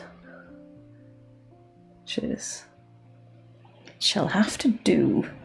Won't be too long until this fabric frays again, but now they are back in service.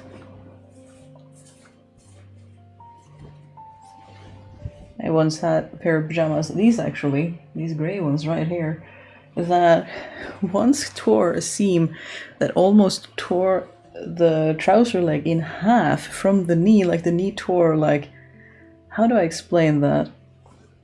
Do you know, if I sat down, if I crouched weirdly and the fabric just got under tension and it was so thin anyway, but sort of at the knee, it split almost the entire front trouser leg from one side to the other. And that's when I was like, okay, you are becoming shorts for a while and the rest of you are becoming scrap fabrics.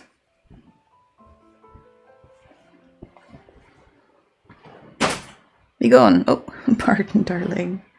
It was just a noise.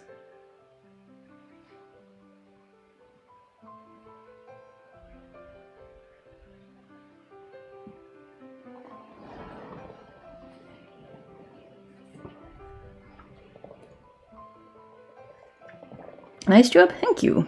It is nice to bring things back into rotation again. They have been in my mending pile far too long. I do not mend my partner's clothes that much because he's way too fond of the tumble dryer, so no mending will survive anything. That is a good point. I don't mend their clothes that often.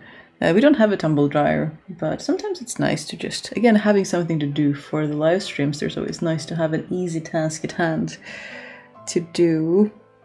And spouse does appreciate it, which is nice. I wouldn't do it for someone if they didn't appreciate it. That's a rule for me.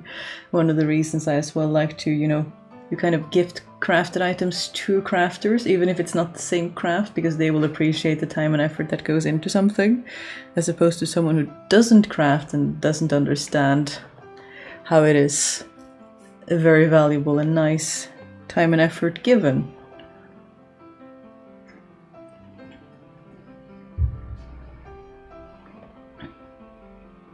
I'm in Florida and not made for 90 Fahrenheit, 40 degree Celsius weather 9 months out of 12. Oof, that sounds intense.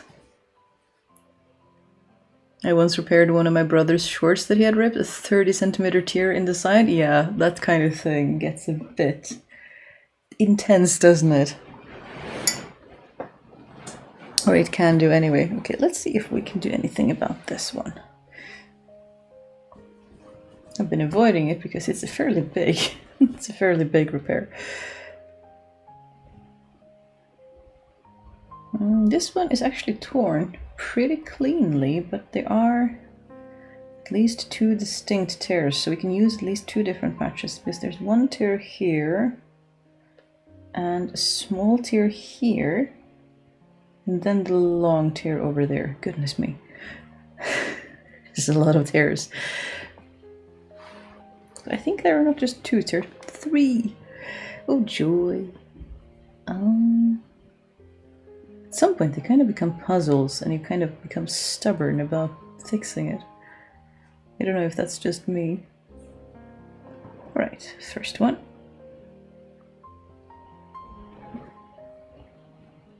You will fit nicely.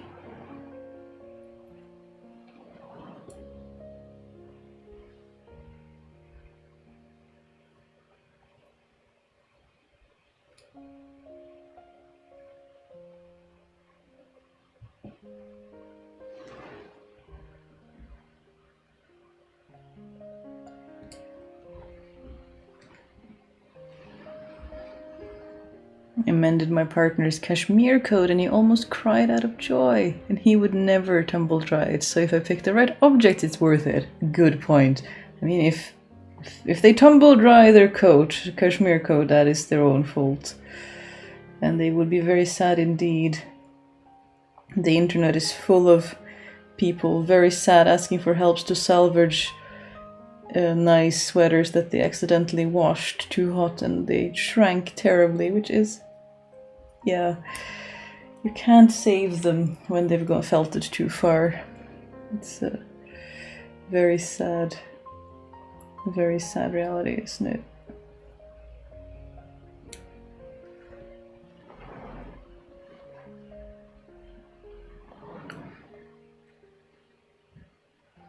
In 40 degrees I would pass out. I can't handle heat that well. Yeah, me neither.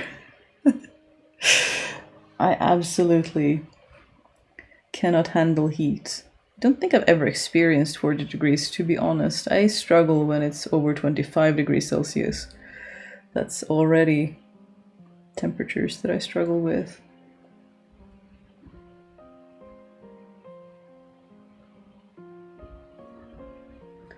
All right, my friend. I really should have brought something flat to help me, but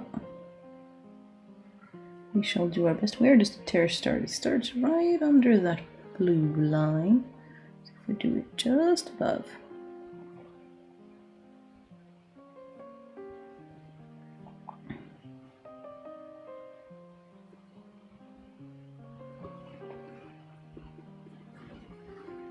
This would be easier if I was at my work table, but make do with what we have. It's not just me? Yeah, you kind of get weirdly stubborn about, like, I will find a way to mend you, whether you want to or not.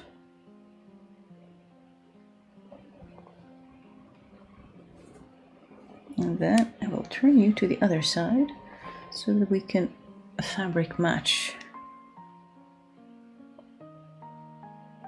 this one.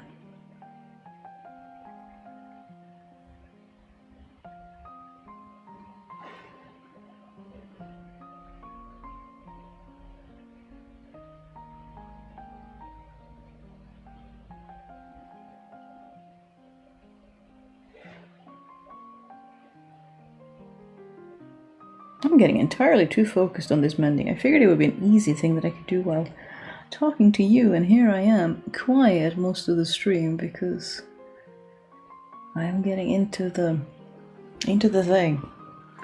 Oh well.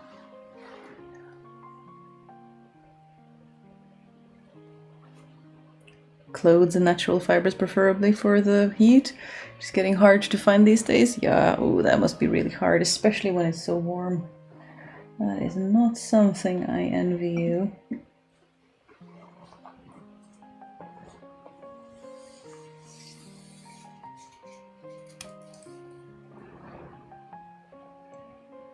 Useful clothes are hard to find? Yeah, it can be a challenge. I've unpicked the edge and I'm now fighting my cat who wants to eat my knitting needles. It is the life of a cat parent, such as it is. And not just having one that is annoyed about having to share laps with darning projects. But she will lay directly on top of pins, which terrifies me, but she weirdly does not seem to mind, which don't see how she cannot mind having needles poking into her while she's trying to sleep, but apparently some sleeping spots are just worth it.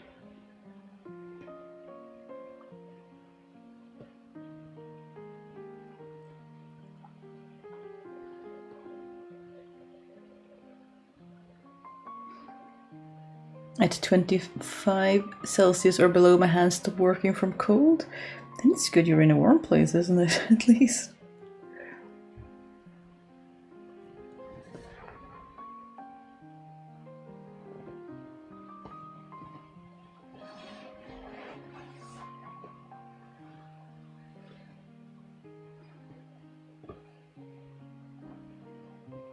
I feel like we are so interesting, always ending up talking about the weather and the various interesting things. But I do find it interesting how things are so different in various parts of the world.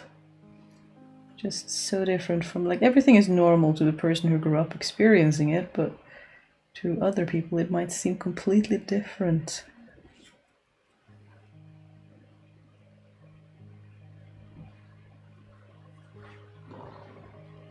Oh, I guess I could just... Oh, sorry, madam. Hold my hand in the tier itself, because we are only doing one tier at a time, and not the whole thing in one fell swoop. I wonder what they will say when they get it back, if they will notice the various points of attack. I did, and this is a fun game in this household. At least I find it a lot of fun. A spouse kind of finds it fun after that I will do stuff or buy them gifts while they are with me and see if they notice, and a lot of the time they don't, and that is amazing. But right now I've turned the door on something in our bathroom. It's a laundry thingy of some kind that came with the home, and it was opening, you had to get your hand into the corner and it was all wrong. So I turned it around, and the spouse still hasn't noticed. So we shall see if they do. Once I bought them a Yuletide gift while they were in the store with me. There was a book, and when they opened it, they were like, "When did you have time to buy this?" Because it was a very specific book, not generally available in most bookshops. And I said, that time we went to the city, to that shop, and he was like, but I was there with you. Yes, you were. It is a fun little innocent game that I quite enjoy. I think my fabric crafts are my absolute neatest crafts, because I'm constantly worrying about cats consuming threads of yarn. Yeah. I will admit to sometimes cutting up thread clippings and stuff into pieces so that if anything were to happen with them, like especially if I'm making cat toys or anything and stuffing them with fabric scraps, I will cut them into very tiny pieces, so if they do get swallowed, they shouldn't get impacted and stuck, because I too worry about things getting stuck. We do not want that. Not even one bit.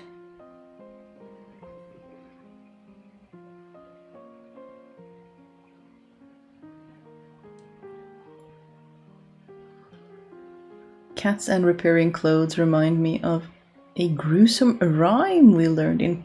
Whoops. My needle. Up in. Where did you go? Speaking of children. Aha! Found it. No pins in children. That we learned in primary school about a cat who burned their fur and their owner had a patch of fur in their drawer. Interesting.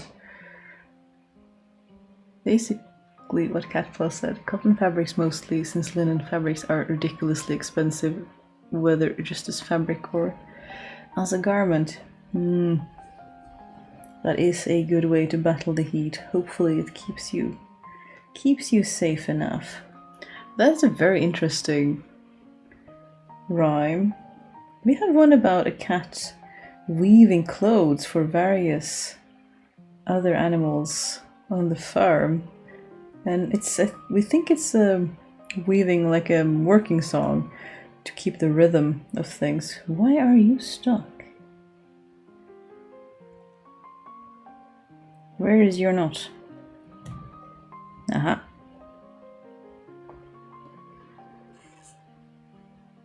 Polyester is terrible because it will make you feel like a swamp. Yeah. I struggle with polyester even in these climates. But a lot of people swear by it, especially in fleece and stuff, because it feels warm.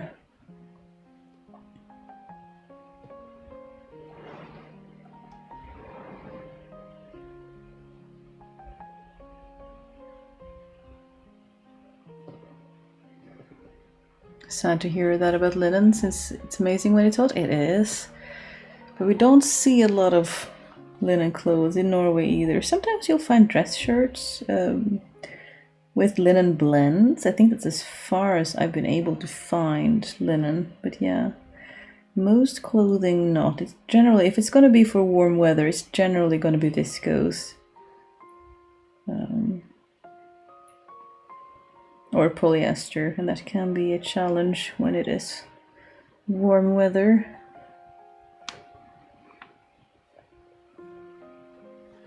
Okay, where is the access point? There you are. I guess we are starting to repair this tear a little bit too, because there's an overlap with the fabric. I'll take it.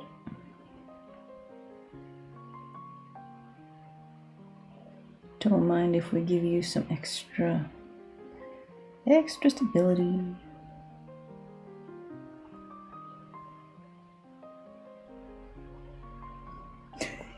Polyester is a miracle. Hot when it's hot and cold when it's cold. That is a good point, Catboil. It's a very good point. It is a bit of an oxymoron in that way, isn't it? But then again, I found the same for wool and linen, because I can wear a wool skirt with linen petticoats long, like all through winter, unless it's very, very cold with like stockings underneath, and I'm generally very comfortable because it insulates. But I can also wear it very far into spring and early autumn. I do have a problem in the middle if it gets really warm, but it also works when it gets warm because, again, the wool and linen insulates, so it keeps me cool. And that, I find that so fascinating. So sort of like polyester, but it keeps you warm when you want to be warm, and cold when you want to be cold. And I always was very impressed by that when I first started noticing it. That it works. Like, insulation is a magical thing. It works both ways.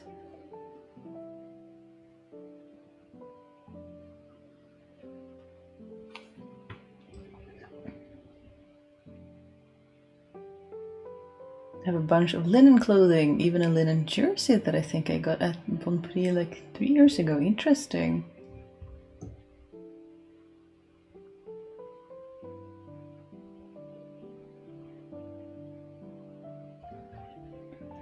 I found a cotton linen blend fabric with a lovely wine red purple that's been firmly set in the to make into a skirt pile. I can understand that pile.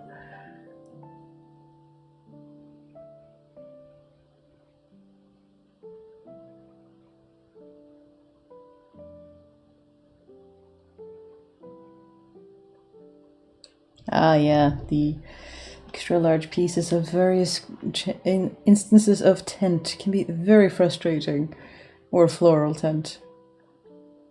I hope you find something that you can actually use, Catpaw. We are about to have some ads. I shall have some more tea. Has it been? Are we closing at 8 p.m. already? We are. Goodness. Darning always takes, and mending always takes so much longer than I think. It's like, oh yeah, it's just a little seam, it'll take 5 minutes. Nope. Takes you half an hour. And then you have these little friends you think are gonna, you know they're gonna take a while, and yet they still take longer than expected. But at least they are getting done. When I was in Uzbekistan, we visited an exhibition about silk production, and they had a silk loom there that we could try out. It was difficult to keep the rhythm right. You had 2 foot pedals, heddles, and 2 levers for propelling the shuttle. Yeah, it can be really difficult to get it right. I've been wanting to do a rigid heddle herringbone or diamond twill, because that would be quite cool, but I haven't been able to figure out how the song would keep the rhythm, because it's very short. Maybe I need to experiment. Get wool insoles for my shoes and they're amazing? Yeah, it's really interesting how it works both ways when you'd think it would only work one way. 2 years ago, linen clothing had a moment in Canada. I bought many pairs of pants and a couple of shirts to stock up.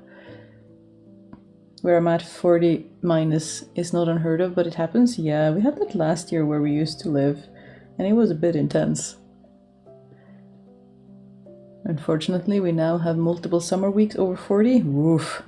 We haven't gotten that bad in Norway yet, but we have been getting, 25 and 30, which I find dreadfully warm.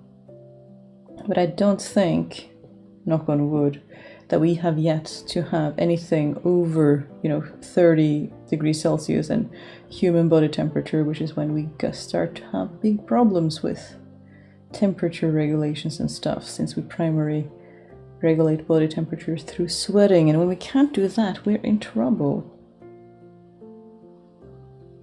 Okay, we removed both pins on this side, and there are only pins left on this side. Okay, good.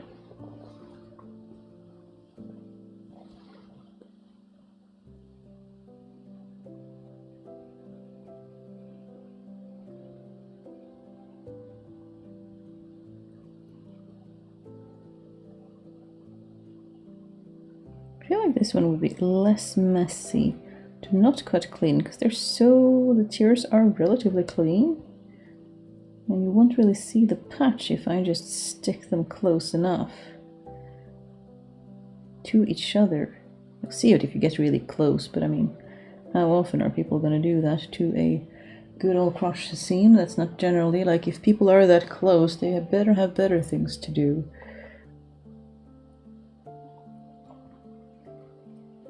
Someone used to joke that if you are at a Viking market checking if the under linen dress has overlocked seams or not, you are going to get a firm kick to the head, because what are you doing under my skirts anyway? And I think that is fair. So often we fret over little things that, well, are not going to get seen at a distance anyway. My friend from India went back home last summer, but he could not leave the home. It was almost 50 degrees Celsius and too dangerous to be outside. It's insane. That is really scary.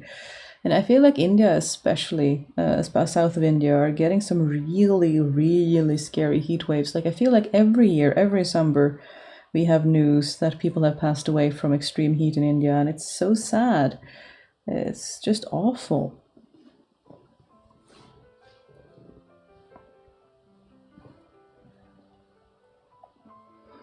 I was thinking about felting some of my wool into insoles. I have some made of sheepskin, but I don't think the skin part is needed. The locks of fur just need to stay together. That is very true. Although, if you have the skin, you can often use it to make, like, soles for slippers, if you made them, and then they don't have to be darned as often. But for insoles, I don't know. Generally, when I buy on insoles, they are very heavily felted, but just wool. Yeah, okay, we're not going to win this thread chicken, so we might as well. Fine, I yield. Get a new one. Another problem with very thin fabric is that it's more difficult to bury your thread in the middle because it's thin, it just pokes out the other end.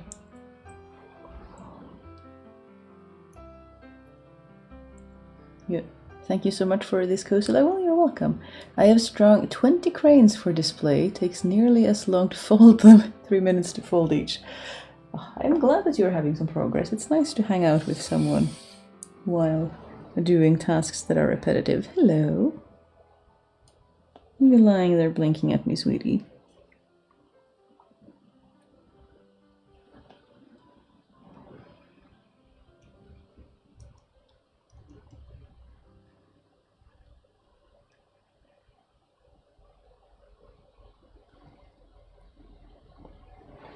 You can cut insoles down if they're too big. Yes, that's generally what they recommend, I think, especially if you're in between some sizes, or your feet are wider than, you know, the general average size, you can buy them too big and then you just chop off whatever you don't need, which I've done a couple of times and it works really well.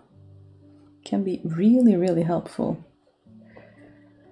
for people who have feet that are very far from what the brand considers average, which what is even average anyway. I did the same 3 years ago. Coco had a sale and I got 3 really lovely linen dresses for under 1,000 NOK all in all. Ooh, that's a good deal. They're almost all I have worn summertime since. Yes, that is very good. Rip thread chicken, it wasn't too bad. I wasn't close to being done. It's not nearly as frustrating as when you have like 3 stitches left and you need to swap threads. That has me fighting thread chicken real bad. That's when I really get into it and want to make it work, and then I can't, and it's frustrating all around. But when I still have half the seam left to do, it's not too bad.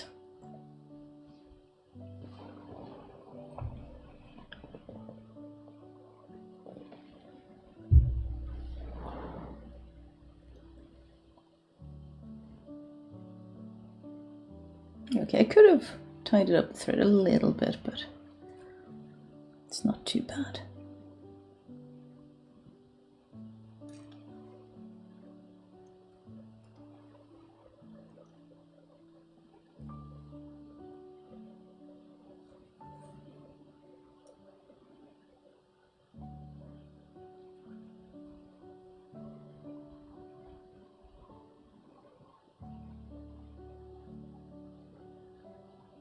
I wanted to continue a romper I was making, but I'm missing a piece I need. Oh no!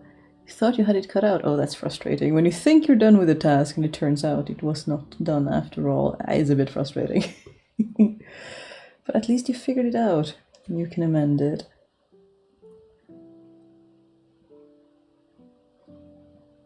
I'll end up pushing the needle through the fabric, threading it to pull through. Needle comes off because the thread is so short. Yeah. I have done that. I try to not do that so much, but if there's just a few stitches left, I've also learned a trick where you pull the, if you're just finishing and you're just doing a little knot to finish it off, that you'll pull the eye of the needle through the loop first rather than the sharp end, which we're used to because the sharp end always comes first. But by pulling the eye through first, you get a little bit more grace with the thread. Oh, the tiny things you learn to win thread chicken is, you know, dedication is an admirable trait sometimes. Sometimes we just get a bit too intense. Let's see, how do we do the return here? It's the best way to hold. You also find this like a thing that you do when you're darning, is like, where do I best get a grip on this thing? Because whatever you're repairing, you can be sure that it's always going to be the furthest away from the edge.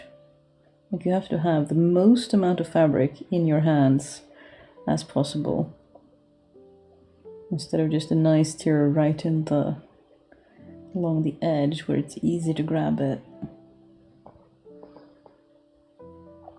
I'm now playing yarn chicken with this bind off. Ooh, I wish you luck. See if you can best the beast.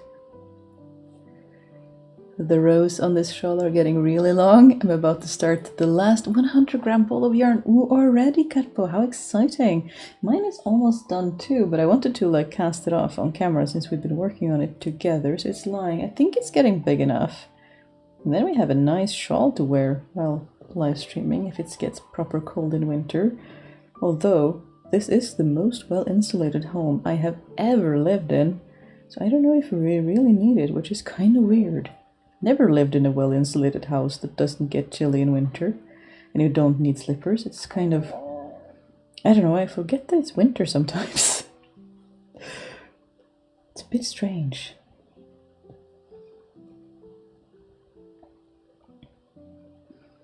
If you have either fine knits or thin loose weaves, use a jersey needle instead of a darning needle. Ah, interesting. I only have a needle that fits in my sewing machine. I'm not good about different needles. I should learn more about that. do have the piece, but I think it's actually in the wrong color. Oh no! Oh, that is frustrating. Or if you have fabric with direction and you cut the pieces and you don't mirror them and you realize that you have 2 left arms or whatever, and you're like, yeah, I can't fix that, can I?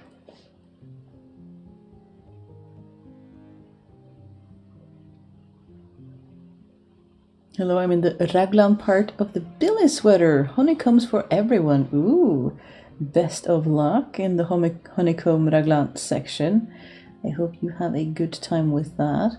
Are you knitting top down or bottom up? All right, yeah.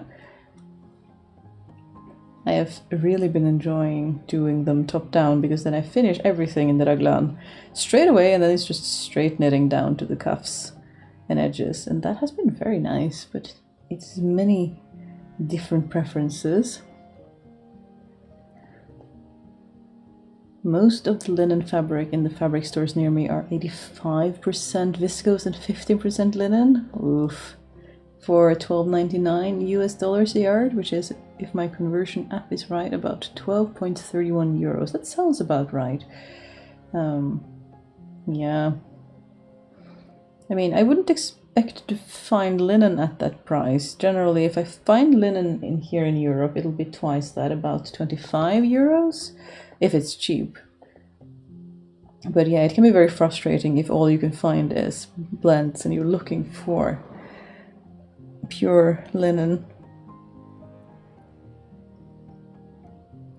I don't know why Norway is so lucky in that regard. I don't know, we often have fabrics that are, if they are blends, at least like they're 60 to 85% of the fabric they claim to be, rather than the other way around, which I see that must be really frustrating. Top down, I will just use all my wool and make a squishy tunic. Ooh, yes. I love projects where you can just knit until you have no more yarn and then they're done, because then you don't have so much leftovers either. I do like. I've been wanting to make that for spouse as well, where I just finish the sleeves and then I just keep going until it's done. But I haven't had the time to do that yet. I have the yarn though, because accumulation of materials, another reason why I have kind of told myself that we are not really looking to buy new stuff until we have reduced some of what we already have.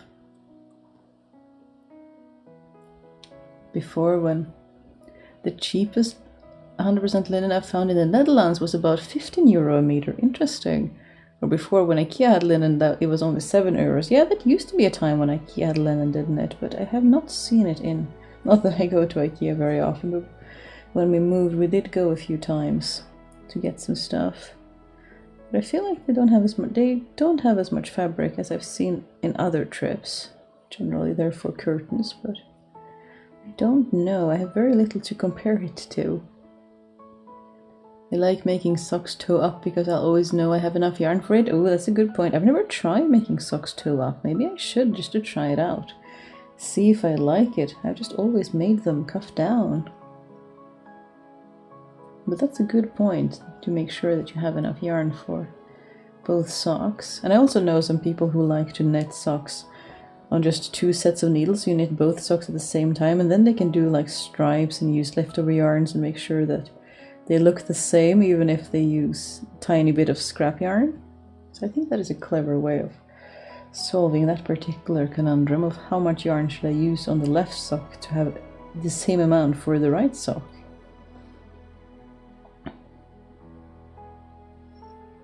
It's 8 p.m. here and my gecko is starting to wake. Ah, they are so cute. I've tried to make snuggly hides for her when she's outside of the terrarium, but she has no eyelids. It's hard to find fibers that won't hurt her eyes. Yeah, that is very, very true. Wouldn't want to hurt our little babies.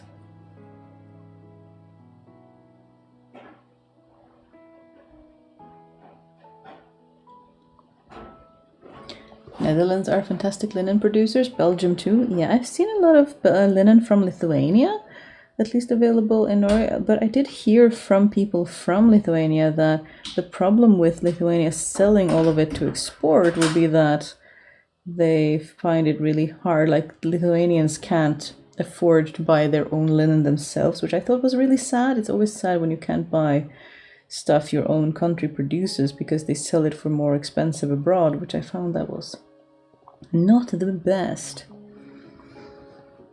I have not seen Belgian and Dutch linen, but maybe I should look out for it, because mostly we've seen stuff from Eastern Europe who have some really gorgeous selections. Back when Etsy was less of a drop shipping site, there was a lot of good producers on there. Probably still are some. And Italian, like, I think my linen tapes that I bought were from Italy. They also do good stuff, but they do good weaving all around.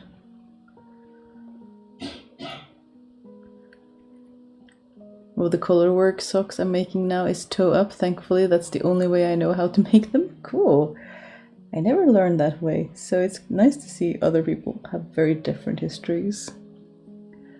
I'm patchworking the logos on a woven heavy plastic bag to line it with squishy shelf liner. Then I sew the cushion fabric into a tool roll for my various reading glasses. Ooh, clever. It's always nice to use scraps and other fabrics for that. Very creative. Oop.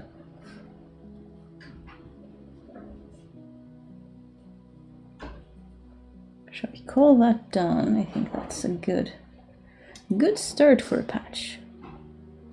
And this one you can't really see from the outside because, again, the tear was so clean that if I show it to you, you'll just see trousers. You don't really see it, but if I turn it inside out, there is actually a patch on the inside. It's nice when it gets fairly inconspicuous. Hello, darling. But I think we shall have to finish it up another time. It's because America has to import all linen from Europe. They don't produce any themselves. Oh, interesting. Is it not a good climate for linen in America, or is it just that you have so many other crops that are easier growers and stuff like that? But that is interesting. I was not aware of that.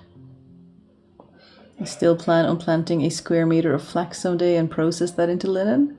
But right now with young children, we don't really have the time or energy to do that. I can understand that. I've seen engineering knits do some projects like that, and they're so cool. I also want to do, from fiber to cloth projects. And I know Jill and Eve are doing some as well. And they're so cool. They're so cool. We don't have the opportunity to do that at the moment, but I admire the dedication of those who do.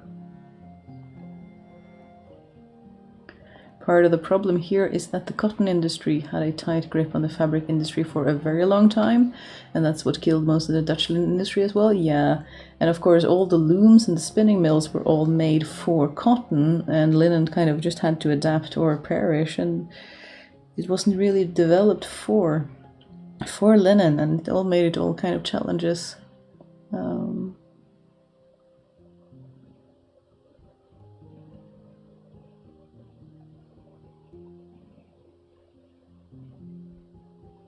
I wonder, can you hear her if I move this basket?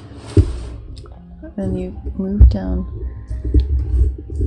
move my microphone down. Can you hear the purrs?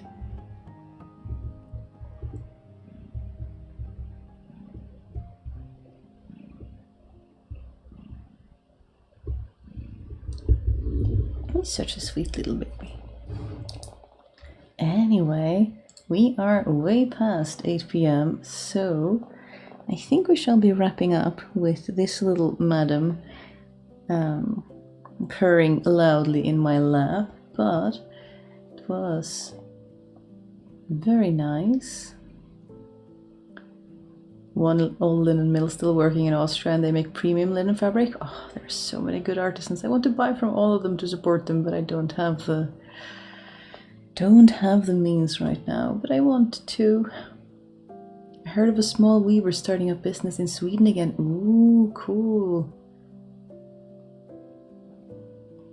They used to make fabrics here years ago, but they can only take small orders. They hire like 10 people. That is still very good though. Like 10 people is still good. There's very few weavers left in Norway. They generally do like upholstery fabric and some folk dress fabrics. There are very few left, but... Oh, you won yarn checking, didn't you? Congratulations, well done. One silk weaver in Sweden still. Oh, that is cool. Oh, anyway, I have to pop off and do end of the evening things, and I would like to keep talking about this forever. It shall have to be next live if we come back to this topic, but on this very purring, very snug little bug in my lap, we shall have to end it for tonight. So I hope you have a very good rest of the day, rest of the week, rest of the Thursday. If you celebrate Thanksgiving, I hope you have a very good day. If you don't, I hope you have a very good Thursday, and I shall see you soon. Bye.